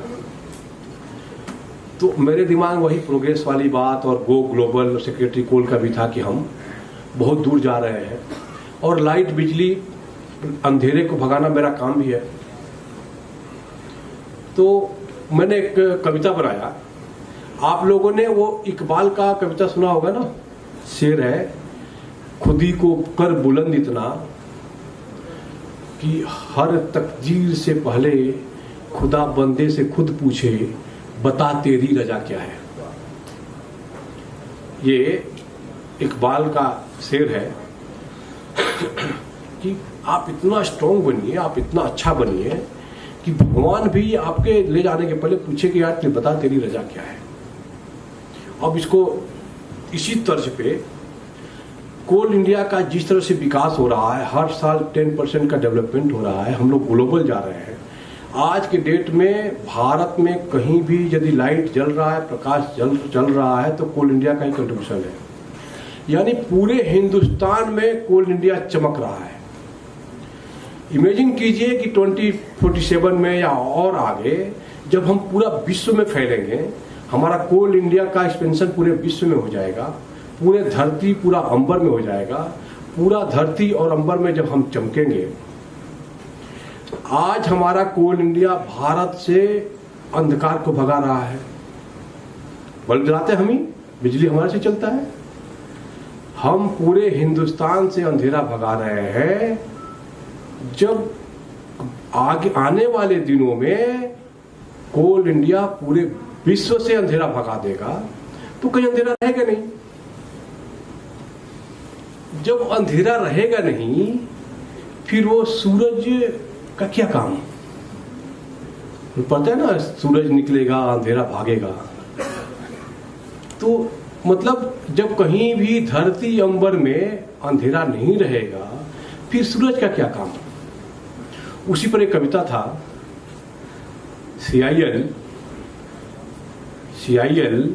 चमक तू यूं धरती अंबर में, CIL चमक तू यूं धरती अंबर में कि अंधेरा इस तरह भागे। CIL चमक तू यूं धरती अंबर में कि अंधेरा इस तरह भागे, कि सूरज खुद पूछे CIL से, कि सूरज खुद पूछे CIL से, बता हम उगे तो कहां उगे, हम उगे तो कहां उगे।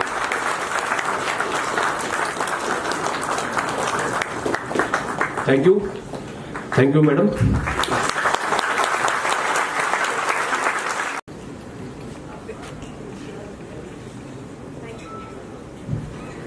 Thank you so much, sir. Before I summarize the session that sir has taken, and before we move to the vote of thanks part, I would request CVO sir to please come up to the podium once again and address and administer the integrity promise to the audience. जी है sir.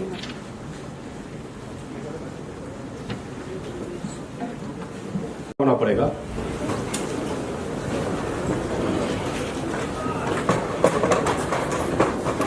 मैं कुछ दिन पहले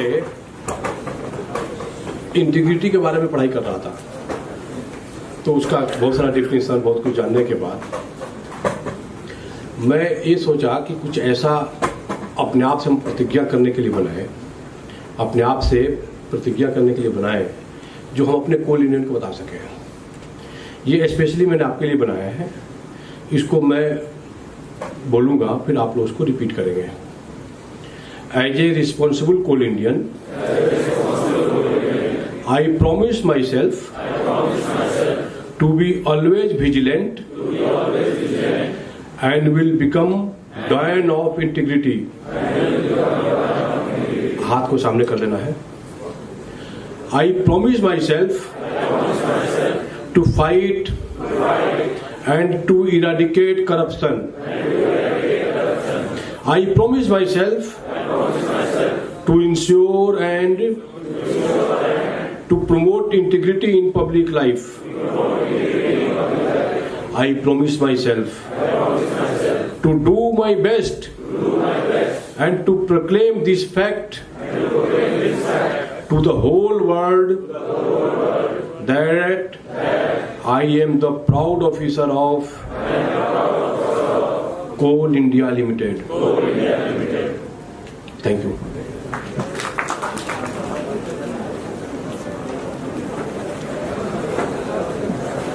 sir, आपके इस काफी प्रेरणादायी उद्बोधन के लिए बहुत बहुत धन्यवाद। आपने इतना समय निकालकर हमारी यंग जनरेशन को आज संबोधित किया AICM के मंच से, हम इसके लिए आभारी हैं, बहुत बहुत आभारी हैं सर। आपने अपना बहुमूल्य समय निकालकर इतनी महत्वपूर्ण बातें हमारे मैनेजमेंट ट्रेनीज से साझा की है, और निश्चित ही आपके संबोधन से प्रेरित होकर हमारे जो पार्टिसिपेंट्स हैं मैनेजमेंट ट्रेनीज के अलावा जो एग्जीक्यूटिव्स यहाँ पर मौजूद हैं, वो सभी याद रखेंगे कि विजिलेंस हम सभी के लिए है, विजिलेंस हम सभी के साथ है, vigilance is for you and vigilance is with you.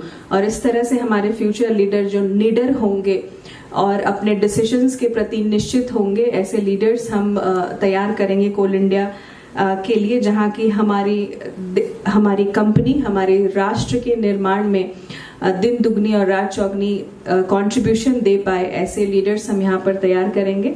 हम अपने फाउंडेशन को और भी मजबूत करेंगे, ऐसी हम सभी यहाँ पर आज संकल्प करेंगे कि हम अपने फाउंडेशन को बहुत मजबूत करें। बहुत बहुत धन्यवाद सर इन सभी वक्तव्यों के लिए। और अगर हम चाहें, अगर एक मनुष्य चाहे तो कुछ भी कर सकता है। सर ने इतनी सारी कविताएं यहाँ पर पढ़ी अपने उद्बोधन के दौरान, उसमें मैं एक बस छोटी सी 2 लाइन और ऐड करना चाहूंगी। है कौन विघ्न ऐसा जग में, है कौन विघ्न ऐसा जग में, टिक सके वीर नर के मग में, मग मतलब रास्ता, खम ठोक ठेलता है जब नर, खम ठोक ठेलता है जब नर, पर्वत के जाते पांव उखड़। मानव जब जोर लगाता है, मानव जब जोर लगाता है, पत्थर पानी बन जाता है, पत्थर पानी बन जाता है। तो आवश्यकता है हम सभी को पूरे दिल से अपने कंपनी को स्वच्छ रखने की और अपने आप को जागरूक रखने की आवश्यकता है हम सभी को। बस इतनी सी आवश्यकता है। सर बहुत बहुत धन्यवाद आपके इस उद्बोधन के लिए। और जाते जाते हम हाथ जोड़कर सर फिर से आपसे धन्यवाद देना चाहेंगे और ईडी मैडम से निवेदन करना चाहेंगे कि सर के इस उद्बोधन के लिए एक छोटा सा टोकन ऑफ ग्रैटिट्यूड हमारी ओर से